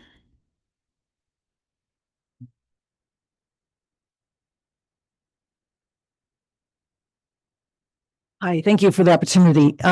Recently, my 34-year-old McAuliffe alum son, who's been an Apple engineer for 12 years, said, "Mom, is McAuliffe still going to continue to be the fantastic place that I experienced?" He's the father of my 3-year-old granddaughter. And I said, "I'm not sure right now." For 8 years, I worked as a parent volunteer, classroom coordinator, orff music teacher, while my two sons attended McAuliffe, and I witnessed the impressive power of the hands-on program. Small group learning at McAuliffe happens precisely when highly trained IAs and parent volunteers work with students, sometimes outside the immediate presence of a teacher. My orff classes couldn't have happened in a classroom space. I worked as an English teacher at Homestead and Cupertino High for 30 years, and I understand that student safety is of utmost importance to us all. In my 30 years of teaching at FUHSD, about half a dozen credentialed teachers or coaches were fired due to misconduct with students. In over 54 years of McAuliffe's history, my research found that there was one IA and one parent asked to leave overnight when observed by parent volunteers. The large number of adults present in all the school's learning activities makes inappropriate conduct with students almost impossible compared with many other learning settings. Why disrupt a successful program? Thank you.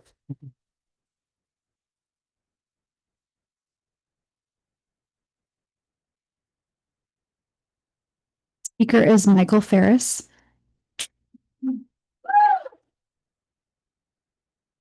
Michael, if you are joining virtually, please raise your hand. The next speaker is Dimitri Rawlin. Dimitri, if you're joining virtually, please raise your hand. The next speaker is Edward Chung.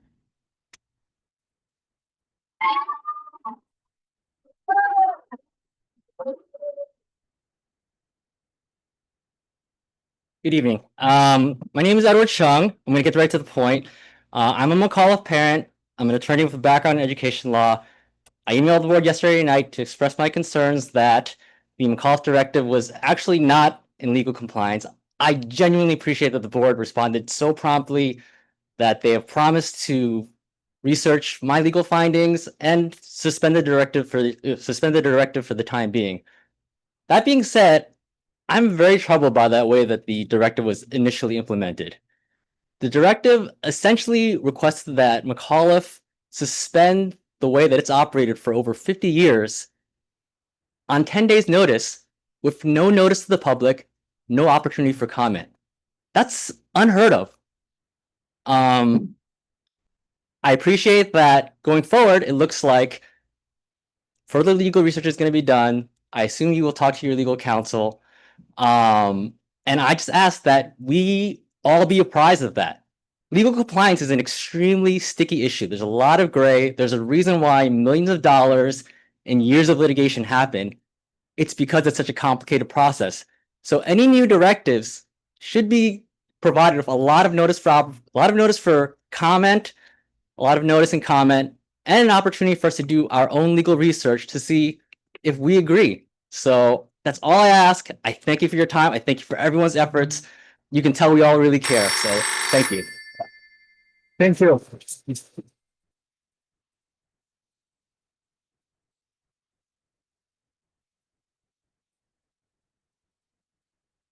The final speaker is Denise Marcus.